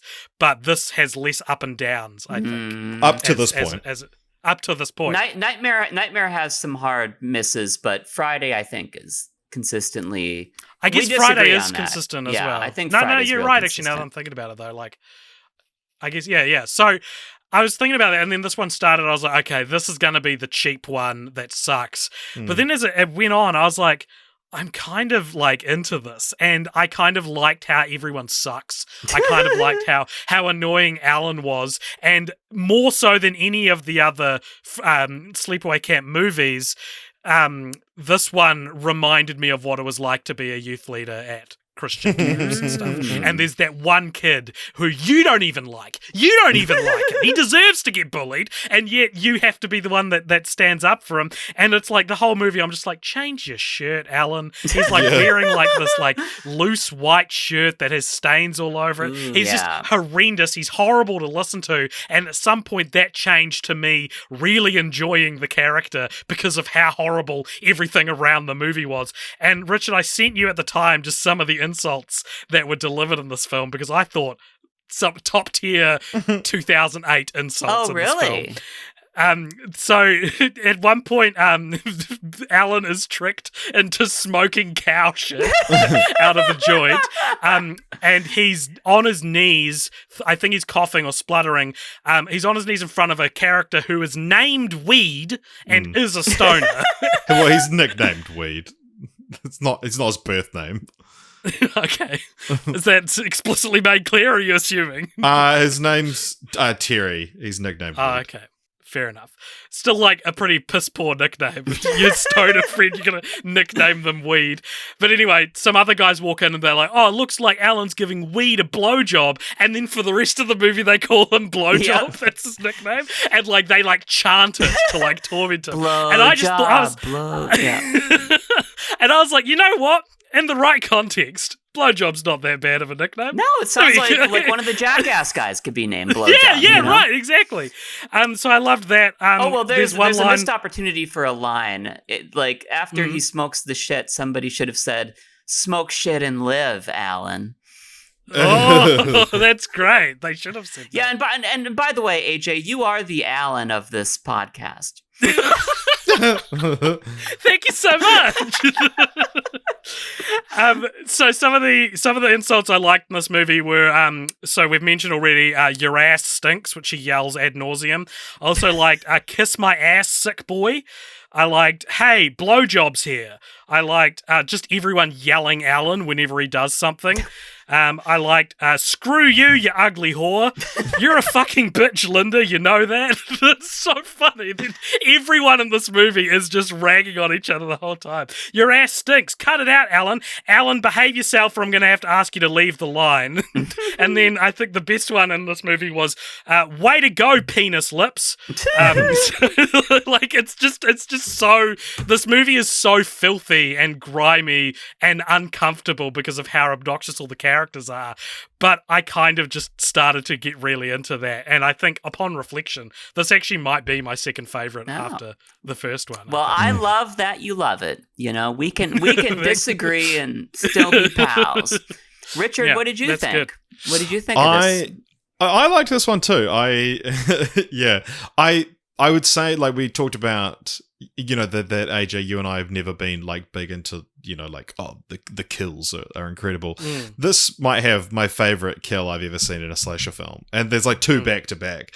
So there's one of the guys is like tied to a tree and then has fishing line wrapped around his penis, and then the other end is he can't see where the other end is, and then we see it gets tied to the back of this truck, and then the killer chases his love interest away, and she tries to drive away, and then the car won't start. So we're the whole time it's this back and forth of like, is his penis going to get ripped off? And then he gets away like just enough to get rid of the slack in the fishing line, and then the car gets stuck in the mud, and it's like the whole way it's dragged out. It's like, this is actually really good. It's suspense. Tension building. It's suspense. It's also like, it's a great comedic beat.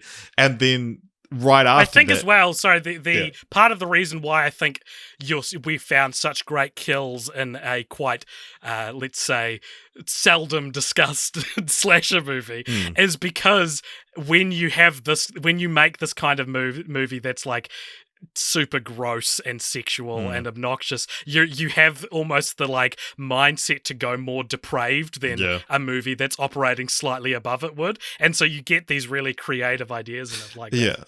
I loved the guy tied to the tree and then the fishing line rips off his dick. Loved it. Some other kills that I loved, the guy who's has the parrot and then his head is in the bird cage, and it's like they use that as like a medieval torture device back in the day, but they put rats in and closed the cage, and that was great. And I think my favorite was, the kid nicknamed Weed. One of the first kills in the movie, she sticks a tube. The killer sticks a tube down his throat, pumps him full of gasoline, pulls it out, puts like tape over his mouth that says drugs are for dummies, and then somehow puts a joint in his taped mouth, and then he sets on fire and explodes. And I just giggled with glee. And then the bed of nails, so good. The rafter, the killer's on the rafter, and then there's a girl in the bottom bunk lying on her back. And she looks up and sees the bottom of the top bunk is all nails. And then the killer leaps from the rafter onto the bed, smashes her. It's like a Looney Tunes. It's like a cart. I loved it. I love the one that one of the guys is sitting there like reading a dirty magazine, and through a hole in the ground, this sharpened broomstick shoots up from a hole in the ground, and then he like, there's the shot, he puts his eye right on the hole and looks in, and then you see the sharpened broomstick on the floor, and then like underneath the floorboards, and then he calls his friend in, and he's like, no, there's something sharp down there, it just came up, look. And then cut to a shot of his eye looking through the hole, and he's like, oh yeah, I see it. And he goes, yeah, it's still there, right? Cut to his eye looking through the hole, and then they go, oh no, like, be careful, something's gonna come out. He goes, no, I can see it, it's still there. Looks through the hole, and it just keeps happening, and then eventually bam, it happens. That comes through the hole and kills him. But it's like, that's just such like good comedic suspenseful storytelling. There's the new Scream film did a similar thing where there's like it uses what you know of horror movies, opening the doors with opening the doors and covering the frame, and it Mm-hmm. happens like 6 times in the same scene, and it's so good. And it's like that might be my like, because that comes immediately after the dick rip scene, and that's like just the 1-2 of those 2 kills. That was when I was like, yeah, I'm on board with this. Yeah. Is Angela Baker the most resourceful of all the 80s slasher icons? Because I feel like she's just so creative. Like, in real life, serial killers often have an MO, right? So like, the people are killed in maybe 1 or 2 ways from one serial killer. But in these movies, every death is just like she's taking her time to plan them out individually. Yeah, because like Jason, when Jason kills, he just uses whatever's handy. and fast, and he does kind of at the end of the movie he'll hang all the bodies up in some collage or whatever, but that's like his MO. And then Michael Myers, he's like artistic with it. He'll do like a tableau, and he'll arrange things. And Freddy is like kind of ironic, like he kills you with the thing that you love, and then makes a smart ass line to like really rub it in. So the Angela, she is like almost like a combination of these things, where she's like, it's like, what's his thing? He smokes weed, so I'm gonna kill him with a joint. And what's his thing? He's like an aggro male, so I'll rip off his dick. So yeah, she's more resourceful. Arguably more creatively resourceful than Jason. He's yeah. And no superpowers either. It's all on her own. Yeah. Oh, and I love it is clever that that she's in disguise as the sheriff, because in the first one, it's you think it has that Scooby-Doo quality, like, oh, it's actually this person, and also she's now like a woman playing a man, like an inverse. Yeah, that's I think is like part of the kind of poetry that they're going for, right? Is that now she's the reveal is she's actually a woman. Did it surprise you? Because the sheriff is wearing a fake nose and there's something clearly disguised about him the whole movie. And I was like, something is happening. About halfway through, I realized and was like, of course. Like, yeah. Did it surprise you? I had it spoiled for me because I had gone and read, but like, it is but I wonder, I don't know if I would have gotten it, because the disguise was, you compare that to the first Sleepaway Camp where there's that cop with the mustache, and then, so bad. And it's a real mustache at the beginning of the movie. And then in like the third act, they have him on and it's like a fake mustache because the actor shaved and it looks so fake. It's actually like you would get from a $2 shop. Yeah. Like it's so and bad. it's like jarring. Yeah. It's like something children would make. It's not even the same color. It's so like her makeup, it looks like pretty good. It looks like they spent a lot of time with her trying to pull it off, but I don't know if I would have suspected it or not. I can be kind of naive watching movies where I don't know. Yeah, because it's interesting as well. So, Lily, you'd like been a fan and seen the first 3 a few times, but this was your first time watching Return and 4, is that right? Yeah. This is I had seen the previous 3 like twice each, and had never seen this one, but it was on my list, but I was hesitant because of the big gap between in time. Yeah. Yeah, and how did you feel about it? I like them 1 the best, then 2, then 3, then 4. Like the kills I liked. It's just Alan is so obnoxious. So annoying. I think I think if they took down his energy from like an 11 to like a 7 or something, and like I did no, because then just don't make the movie. like the Alan's the heart of the whole piece. Yeah, it's just hard when every scene is like, oh, I hate you, I hate you, and just so annoying. Your ass stinks. Your ass stinks. It felt so strangely realistic because of that, and I just sort of fell in love with the absurdity of it. I guess maybe that's just because I'm the Alan of the podcast. Well, I would rewatch this one. I'm not saying like I dislike it. I think it's not as good as the previous ones, but the kills are great. And I think like to sit with other people and watch them take in Alan, it would be fun. So it's an interesting experience watching a movie where you fucking hate every character. And that seems to be the narrative intent as well. Yeah. Mm-hmm. Like, I've never seen a movie like that before. Yeah. Did you like seeing Counselor Ronnie and Ricky again? I didn't remember Counselor Ronnie, but when Ricky showed up, I was like, wow, that actor looks so different, they didn't need to cast. That was your first hint, I think, that this was made in 2003. Ricky has that Eminem look that was sweeping the nation. So that is Return to Sleepaway Camp. The 1 recommended, 2 not recommends. Back to the sort of weird thing that is Sleepaway Camp for the Survivor.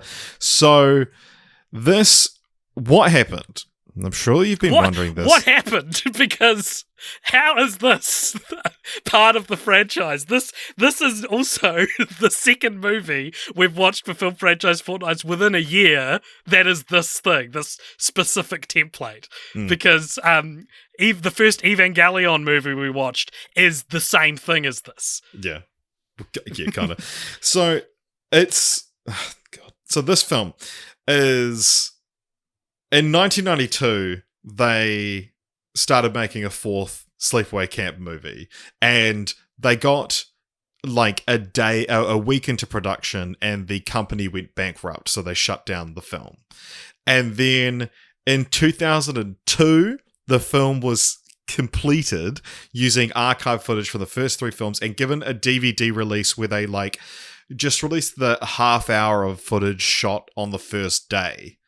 And so it's just like raw footage. And then in 2012, I think was when they actually made a movie being like, yeah, we made a fourth movie. It's so seamless. We finished the movie. But what this is it's a clip show. It has a woman, who's like the survivor of one of the three, I think. Yeah. And she's haunted by this, and she lies in a bikini for most of the movie and just reminisces about, and we see for 70 minutes just a clip show of the franchise, and then it's revealed she's actually Angela, and then the movie kind of just ends. And yeah, it's very generous to call this a film. It's a couple of maybe 3 to 5 minutes of new footage, and I've said this so many times that the words have lost all meaning, but this genuinely might be the worst movie I've ever seen. And so I you and I cannot say that sentence lightly anymore, nor can we say this is the worst film we've watched for the podcast very lightly anymore. I think, and congratulations, Lily, for appearing on a Hallmark episode. I think this is the worst film we've seen for Film Franchise Fortnights. I think not only is it just mind-numbing in the fact that it's just recycling footage from another movie, it's not edited well. It's also not edited well, and it's the first movie I think I've seen that's been released by quote unquote a professional company with editing glitch, unfinished editing in it. Like the audio is bad. Someone will talk and then all of a sudden all of the audio, all of the background noise will get sucked out of the clip because clearly they accidentally cut too early in their timeline, and the character who's narrating will say something really quietly, and it is unfinished. It is bananas that it got made. It made me so angry. Well, I resented watching it. I was so I couldn't believe that this was actually considered part of the franchise. And I think it took a franchise which, as I said before, was surprised at how consistent it was. It sunk the franchise for me considerably because it's so bad. I thought this sucked. I thought this was so bad. Yeah, needless to say, Now Playing Podcast gave it 3 not recommends. Lily, what did you think of the film? They also said that about part 3. I mean, that's the problem with a binary system. Yeah. Richard, you nailed it when you said clip show. It reminded me of that when in the 90s especially, they're every show, The Simpsons for the first 7 seasons or whatever, they would have a clip show where they have a little bit of new stuff and then it's mostly clips of previous episodes. And I always hated it because I guess who is this for? New people who've never seen the show? I hated it. And so I hated watching this movie.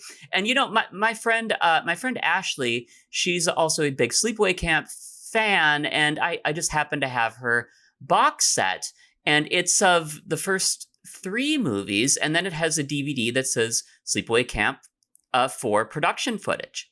And that's so the half hour of and so I put it in, and it was just it's all the raw takes of the new footage that's in this movie that we watched for this podcast, but it's all just the raw footage. And I was watching it kind of as I was doing something else, and I was like, how the hell could they? Because I had heard they made this into a movie using clips from the previous sleepaway camps, but I was like, with this new stuff they shot, I think it was like 20, 30 minutes, maybe 40, but it was like also boring, just like a girl in a bikini on a dock, slow pans of a lake. And like, given their limitations, they came up with something to make it take the shape of a movie. But yeah, it was that's the thing, right?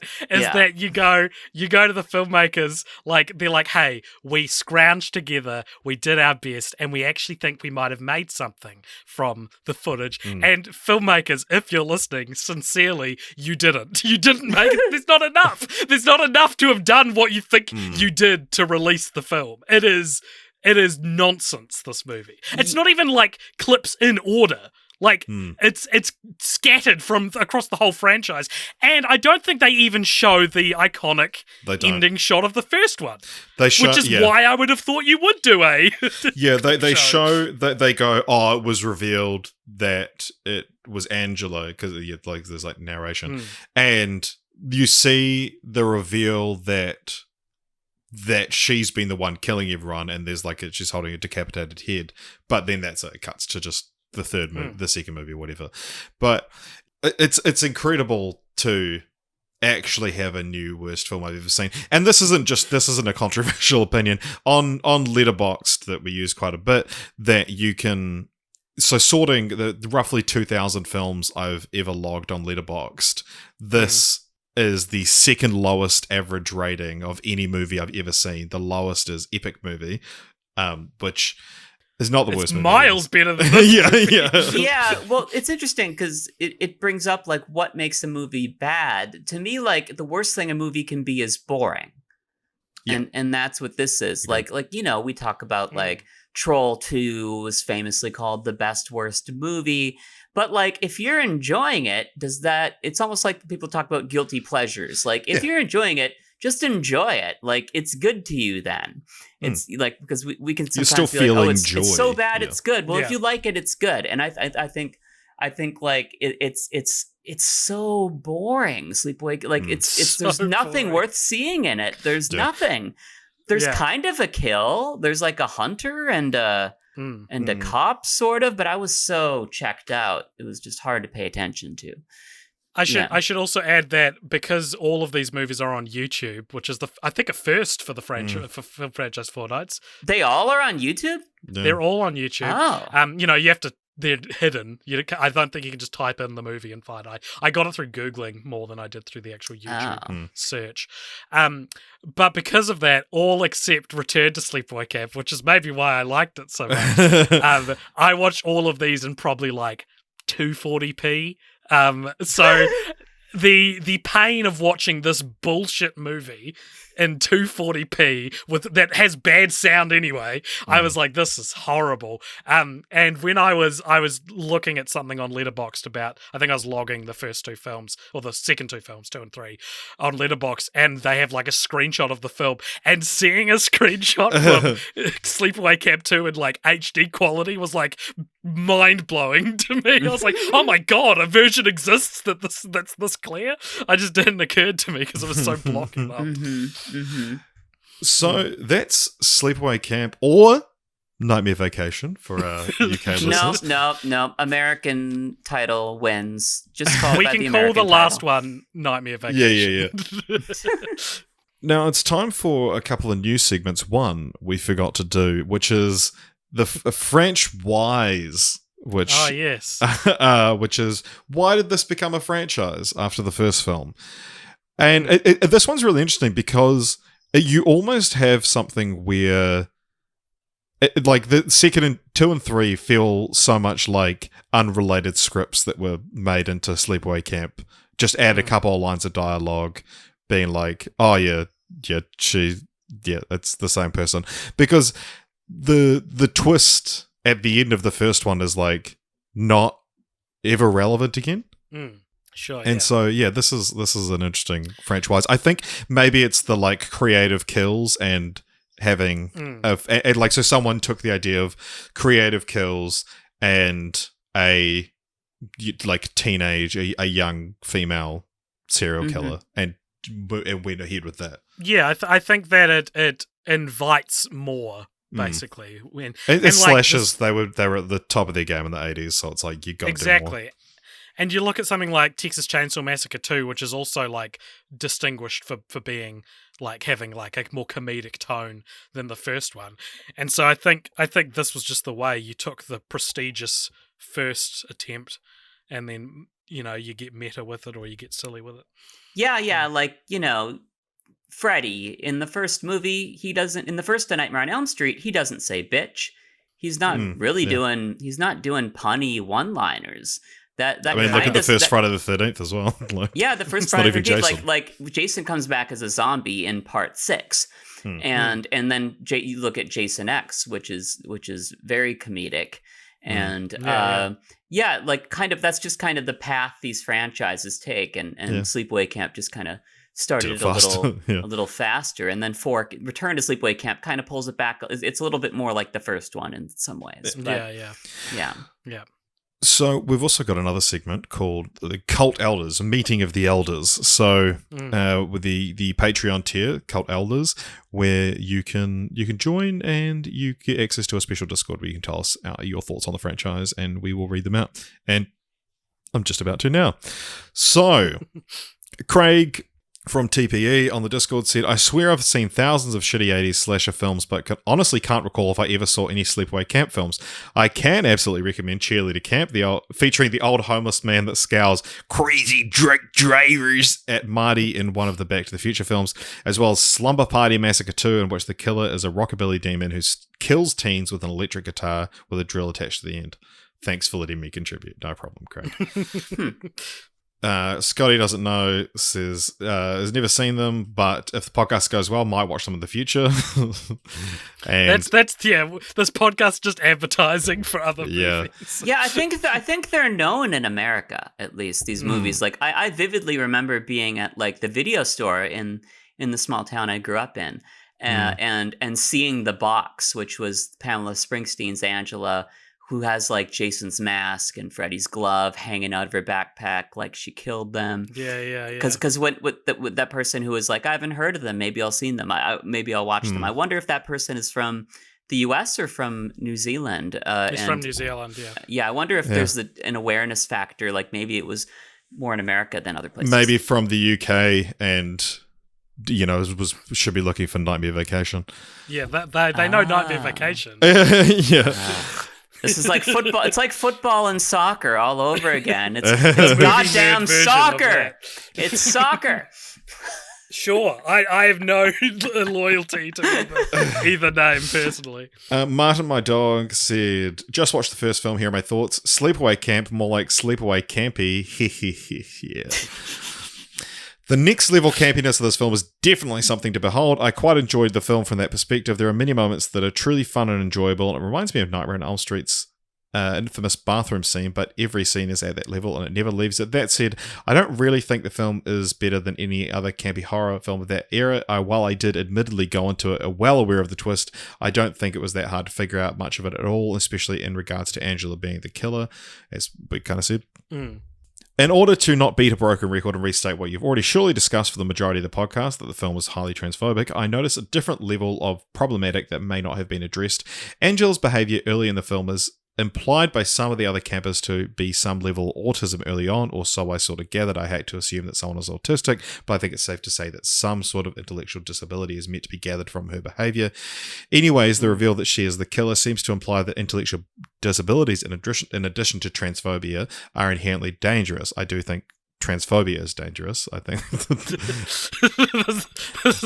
like spluttery commentary. No, wait, I didn't mean that. It's a real shame that the film had these plot points and they truly reflect a large misunderstanding of the cultures represented here. I personally don't feel that the filmmakers were trying to say all trans people are bad or people with disabilities are psychotic, but rather they were going for a twist similar to that of Hitchcock's Psycho. That's a good point. In general, it's an okay film, terribly misguided and dated. A film has problems that keep it from fully appealing to any modern audience. Turn your brain off, watch it once, and learn from it. That's all I can say. Interesting. Yeah, what a great response. And I mean, it's like, what's the pitch to watch these movies is just like, you're not gonna believe what you're gonna fucking see, and this it's like all the problematic elements, and yeah. So I think it's important to be aware, and for me, it doesn't ruin it because I just love horror so much, and I think these movies are so entertaining. But I can totally understand how it could ruin it for other people, you know, because it's a turd in the punch bowl, you know, and there's still a lot of good punch in there. There is. Just eat around the turd. So Dan from Hawaii said, with the glaring exception of the final few frames, I surprisingly really liked Sleepaway Camp. It was, pardon the pun that you've likely already made, campy. Especially the acting of the mother, by God. And he says... I think that was the auntie. Yeah. Yeah, Aunt Martha. Yeah. I'd like my haikus for the first film to be read. Dan does all the reviews in haiku. This is first third. I just laughed at the campy line readings. Eat shit and live, Bill. And daytime shots were meh, but nighttime shots mostly wowed me. Lots to unpack here. 3 exclamation points. And then Dan continued, as someone who is exploring their gender and sexuality, I really loved the heightened social pressures of gender conformity to the spellbinding dream / flashback sequences. I regrettably only saw the first film, and I plan on watching the sequels before listening. Also, I am beyond excited to hear Lily's thoughts on the franchise. I have no clue how this series will sustain this setup. Ooh, It doesn't. That was from me. But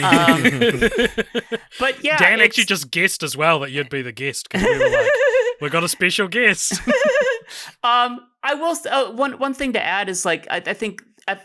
I mean, you can't excuse everything by being like it was a product of its time, but the year it was made does matter, you know. Like I think if a movie came out today and had the same twist, it would be rightfully scorned because it's like we've got to move past that trope. Like I think the year does, you know, it says something about the time it was made that like yeah, you get a sense for the era and the prevailing points of view, what was considered, you know, shocking. It explains rather than excuses, I guess. Yeah, exactly. All right, and now it is time for everybody's favorite segment, where we continue the franchise. Is this everyone's favorite segment? No, everyone I'd hates like this to segment. believe that. Yeah, this, you know, what was really when we came up with the idea of a podcast, this was going to be a much larger part of it. This was going to be like the cornerstone of the format, where we might even rename ourselves to continue the franchise at some point. But yeah, there was a few attempts to continue the franchise already. Sleepaway Camp Reunion was set for DVD release in October 2011 with a limited 3D release in theaters, but it was just never made. The script for another sequel, tentatively titled Sleepaway Camp Berserk, was co-written by the director of 2 and 3, and just not made. In 2013, the franchise was set to be rebooted, but just no progress was made. In December 2020, Felissa Rose said that a sixth Sleepaway Camp is in the works. She said she'd be interested in playing Angela again, and she actually did play Angela again in 2009 in a film called Caesar and Otto's Summer Camp Massacre, which is a spoof of the Sleepaway Camp series. Oh. Huh. Yeah. Interesting. Yeah, I went down the rabbit hole of trying to figure out, has Pamela Springsteen ever acknowledged the fandom or done an interview about it, and it seems no, based on my research. Oh wow, okay. I think she is so great. Yeah, all I could find was like a video of her talking about her art. I guess she's like an artist. Yeah, she's a photographer. Yeah, but Felissa Rose, very proud of the role, and you know, because she's become quite a like scream queen as well. So, who wants to go first for continue the franchise? Mine's very minimal in terms of any kind of work done, so it might be. Right, okay. I think a remake. I'm very interested in the idea of a remake of this with the current more progressive inclinations in mind. I'm obviously not the person to write this story, but like, how do you take Sleepaway Camp and not erase the problematic stuff, but remix it into something that is more reflective of today's progressive standards? Like, do you make it I don't. Do you explicitly make a trans character a hero, or do you know what I mean? Like, I guess I'm curious as to what a modern update would look like of this film if it wasn't just going to, because I feel like a modern update would just remove anything that could get them in trouble. Yeah. But I kind of want them to keep that in there and do it in a respectful way. The big reveal at the end is that Angela's actually the only cis person at the camp. Yeah, so that's my continue the franchise. All right, Lily, or would you like to be saved for last? Yeah, I'll go. Yeah, now that AJ got us warmed up here. Yeah, so mine's called Sleepaway Camp Revival. Nice. And it opens 40 years after, it'll take place in 2023, 40 years after the original massacre. And it's like it's a boomer couple, kind of like the Lily and her husband Herman, yeah, kind of like them, but like a boomer couple. That it's like these kids today, they just look at their phones, and then we got to bring back summer camp, because it's like, what kids actually go to summer camp these days? Yeah, cool. And so like these like core couple, or maybe a couple couples of boomers open the camp. And they get these like contemporary teenagers there, and they don't allow any phones or iPads or internet or screen, and they're forced to do all these games and stuff. And then you have the murders, and then like they're aware of what happened in the past, but the murders start happening, and it's shot like a whodunit. And maybe we bring in the original director if he's got some more crazy ideas for kills and stuff. And then we find out at the end of the movie that there's actually two killers. It's both Angelas. It's Pamela Springsteen back and Felissa Rose back. And we reveal that Pamela Springsteen's Angela Baker was an imposter. She was a copycat. So the real Angela is Felissa Rose, and Springsteen was an imposter. And they're both the killers. And then we reveal that like the hero of it, the final girl, is a trans woman, but it's revealed that she went to the camp kind of suspecting that something would happen, and she's really upset because of the damage that the original killer Angela did to trans people by making it seem like trans-seeming people, kind of reflecting the controversy of the actual movie. Yeah, and then since Pamela Springsteen clearly wants nothing to do with this franchise, we'll have the trans hero kill the copycat Angela, and the thinks she kills Felissa Rose's Angela, and then she gets away, and then we reveal Felissa Rose's Angela is alive, so we can maybe do a couple more movies. Make it like do like a Halloween Kills, Halloween Ends deal with the next two. But that's how I would do. And then you have a chance to reveal it, and you get to have a trans person, being, I guess if you want to call Angela a trans person, if she is, then you have someone who's in the villain and someone who's also a hero. So it's not just that. And then maybe we would have like try to bring back that actress from The Aborted Four to tie it all together, and she's another like copycat, So yeah, that's what I would do. I would tie them all together and have both Angelas, and yeah. Nice. Could you do it so that the Pamela Springsteen's Angela is actually the sister from the start of the first film, who also didn't actually die in the boat accident? Oh, that. So it's actually both siblings, because they both adopted Angela. Well, Peter adopted Angela as their name, and so that would be why they'd both have the same name. Oh, yeah. Yeah, I love that. That's And, cool. and I would bring back Chef Artie from the first one, because he doesn't die. And he'll be like living in the woods, and like with his skin all boiled from that enormous pot that no kitchen should have a pot that big. And I would bring back the the sticky flypaper from the first Sleepaway Camp that was gross and in every shot. But yeah, that's what I would do. But yeah, that's basically the pitch. Is Sleepaway Camp Revival, and kind of bring everyone back, and yeah. I'm so glad that I went first as well, because you basically just did a better version of my idea. Yeah, you're very thankful.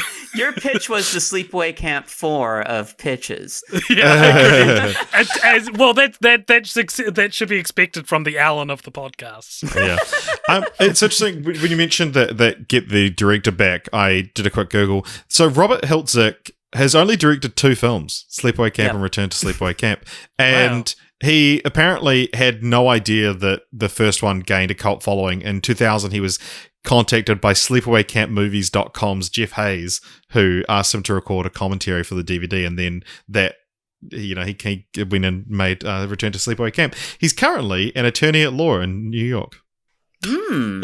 Because Larry Zerner, he played Shelley in Friday the 13th Part 3. He's the nerd who gives Jason his mask. He's also a lawyer.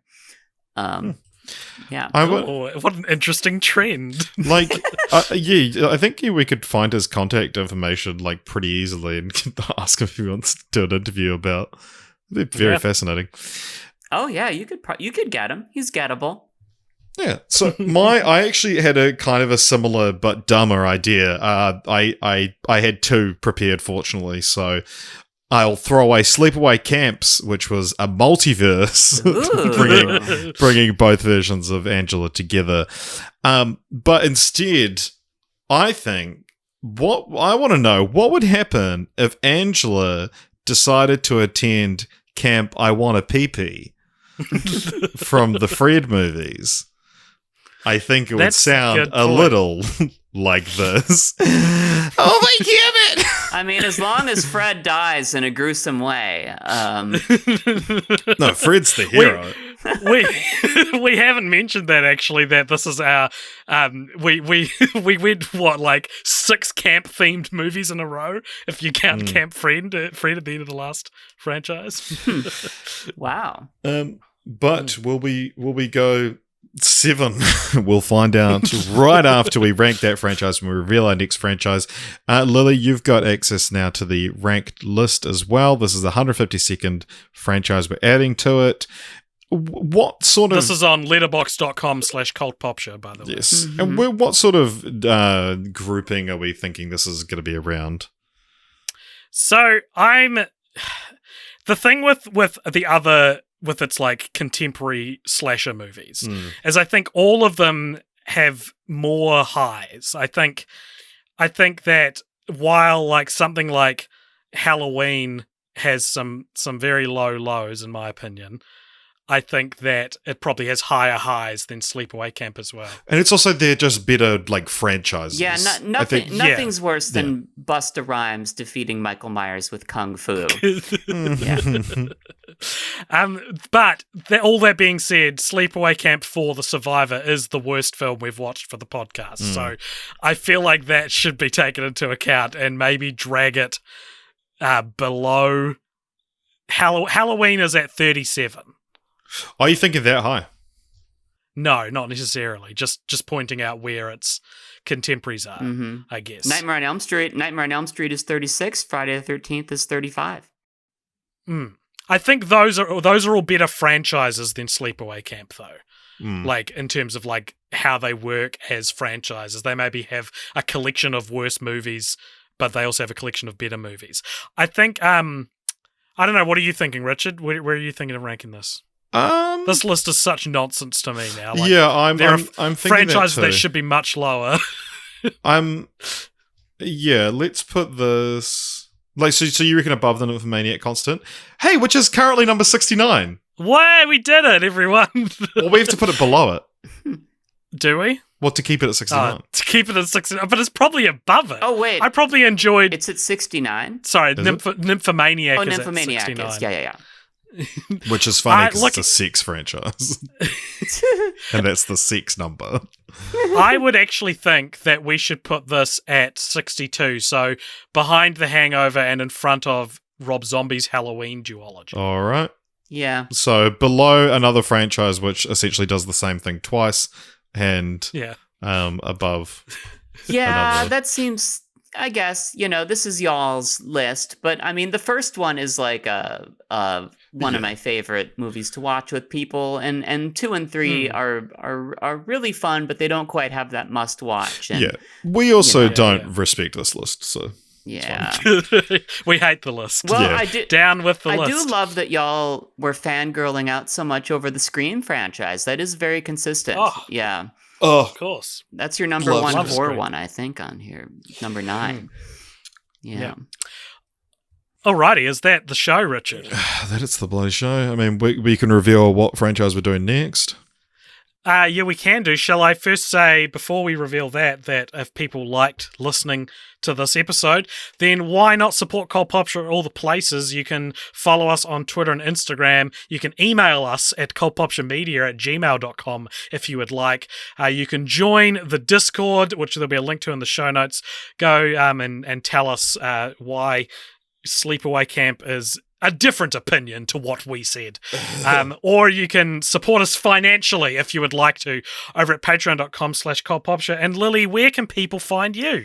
Yeah, so I retired from YouTube. I made videos from 2010 to 2017.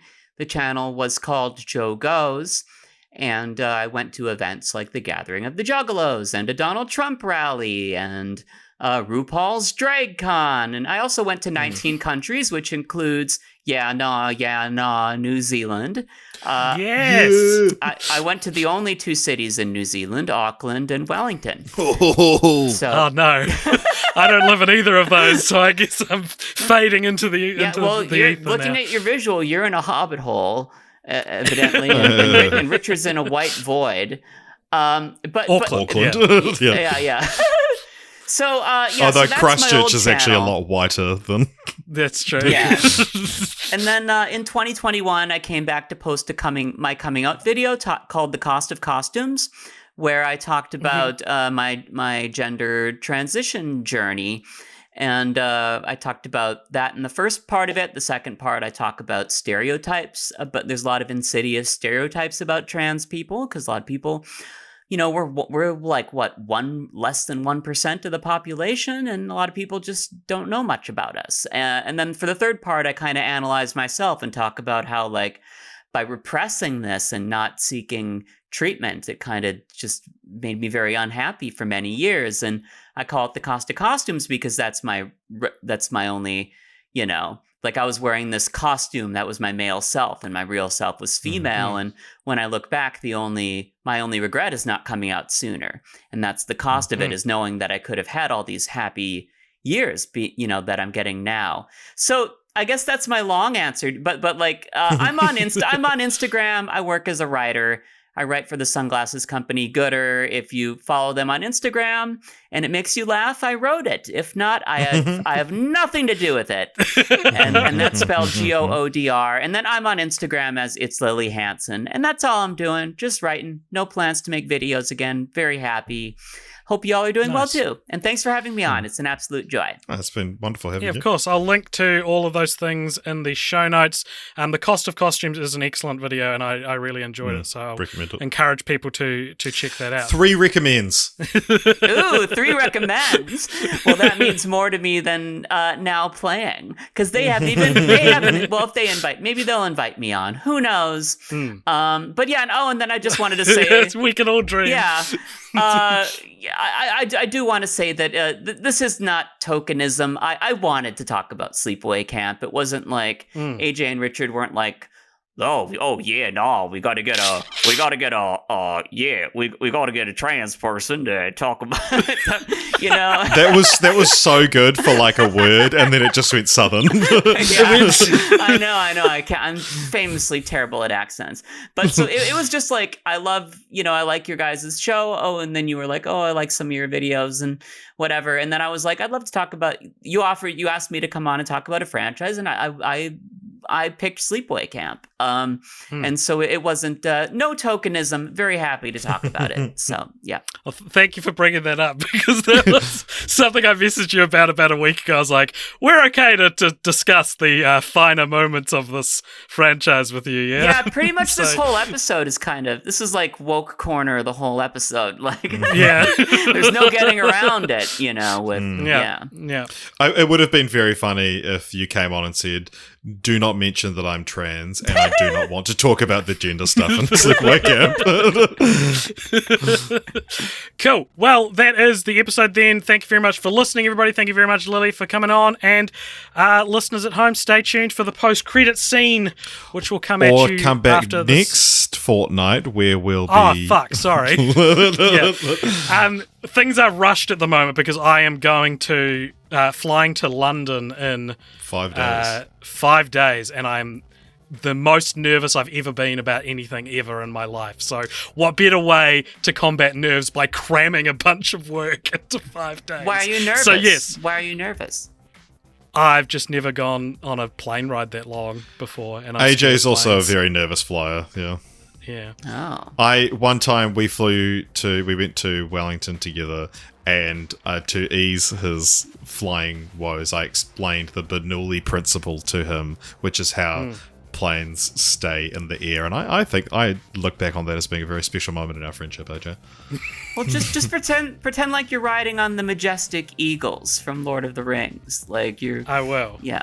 Well, as being from New Zealand, I do often think we that can do. anyway.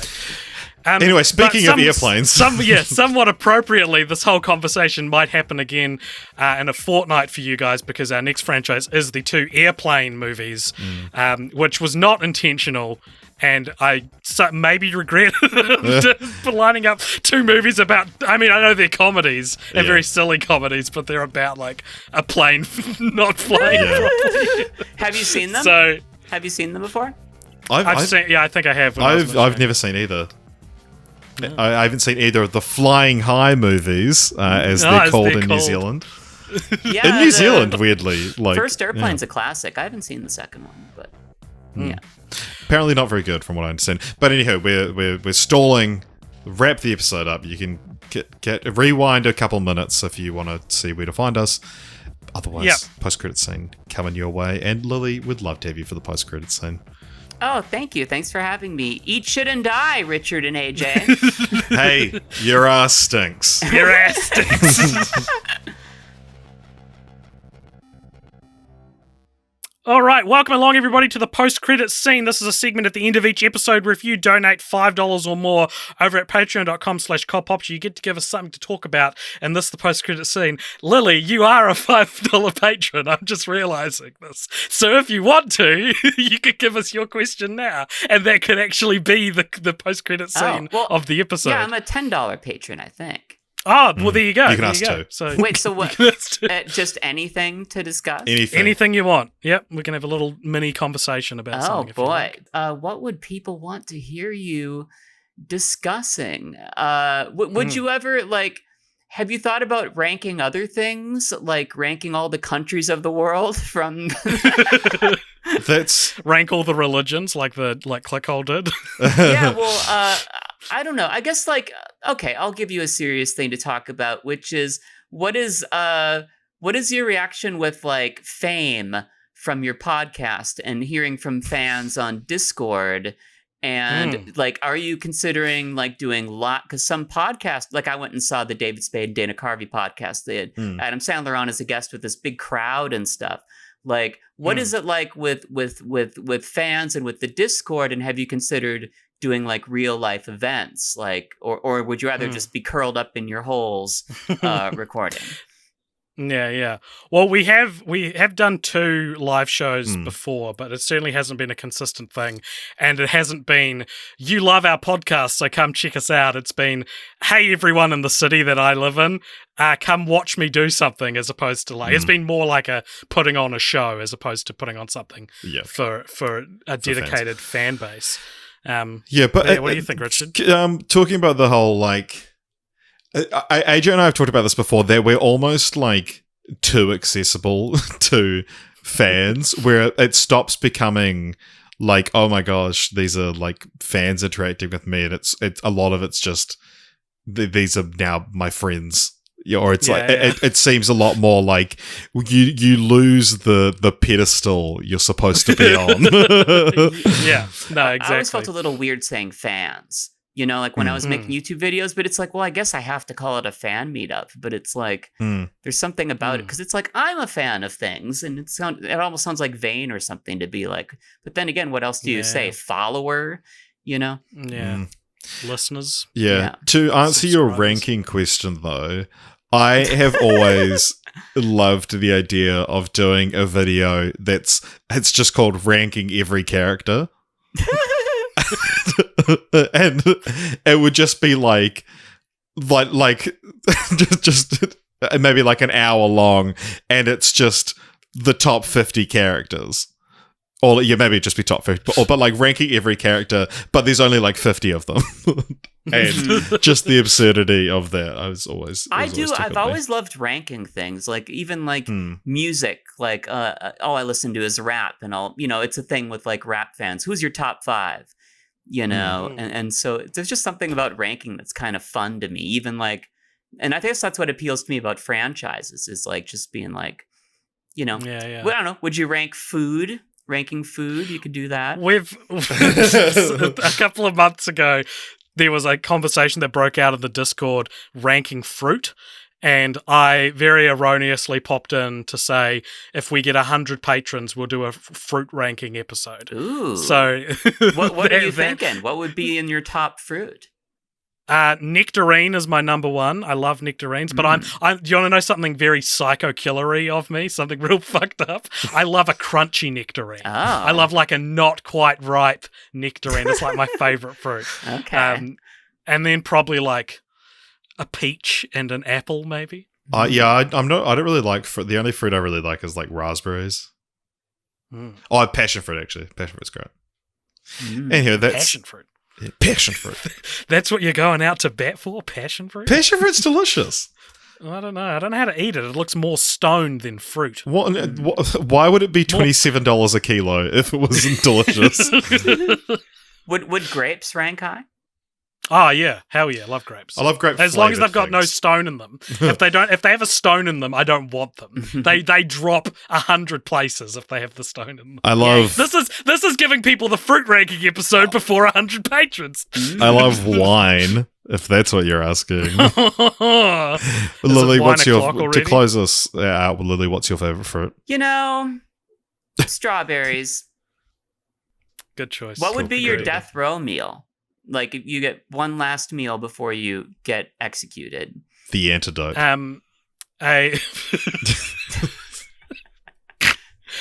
think I might have said this before on pod, but I like I don't know if I want this for my last meal, but I thought it'd be a fun scene and something. Is like someone gets like a quarter pounder combo for their last meal, and they get it and they go to take the pickles out only to discover someone's already taken the pickles out for them. And it's like this kind of sad, macabre moment where like this ritual that this person did all the time where they took the pickles out of their burger, they now can't do it for their last burger. Oh, wow. That's like a Oscar-winning short film, it sounds like. Thank you so much. Richard, what's your death row meal? You got to answer this before we go. Mine's pizza and chicken wings. Your turn. Yeah, nice. Like I've said this before, but like the old El Paso burrito seasoning is like my favorite food, and like just making homemade burritos with that is like that's my ultimate comfort food. Nice. Cool.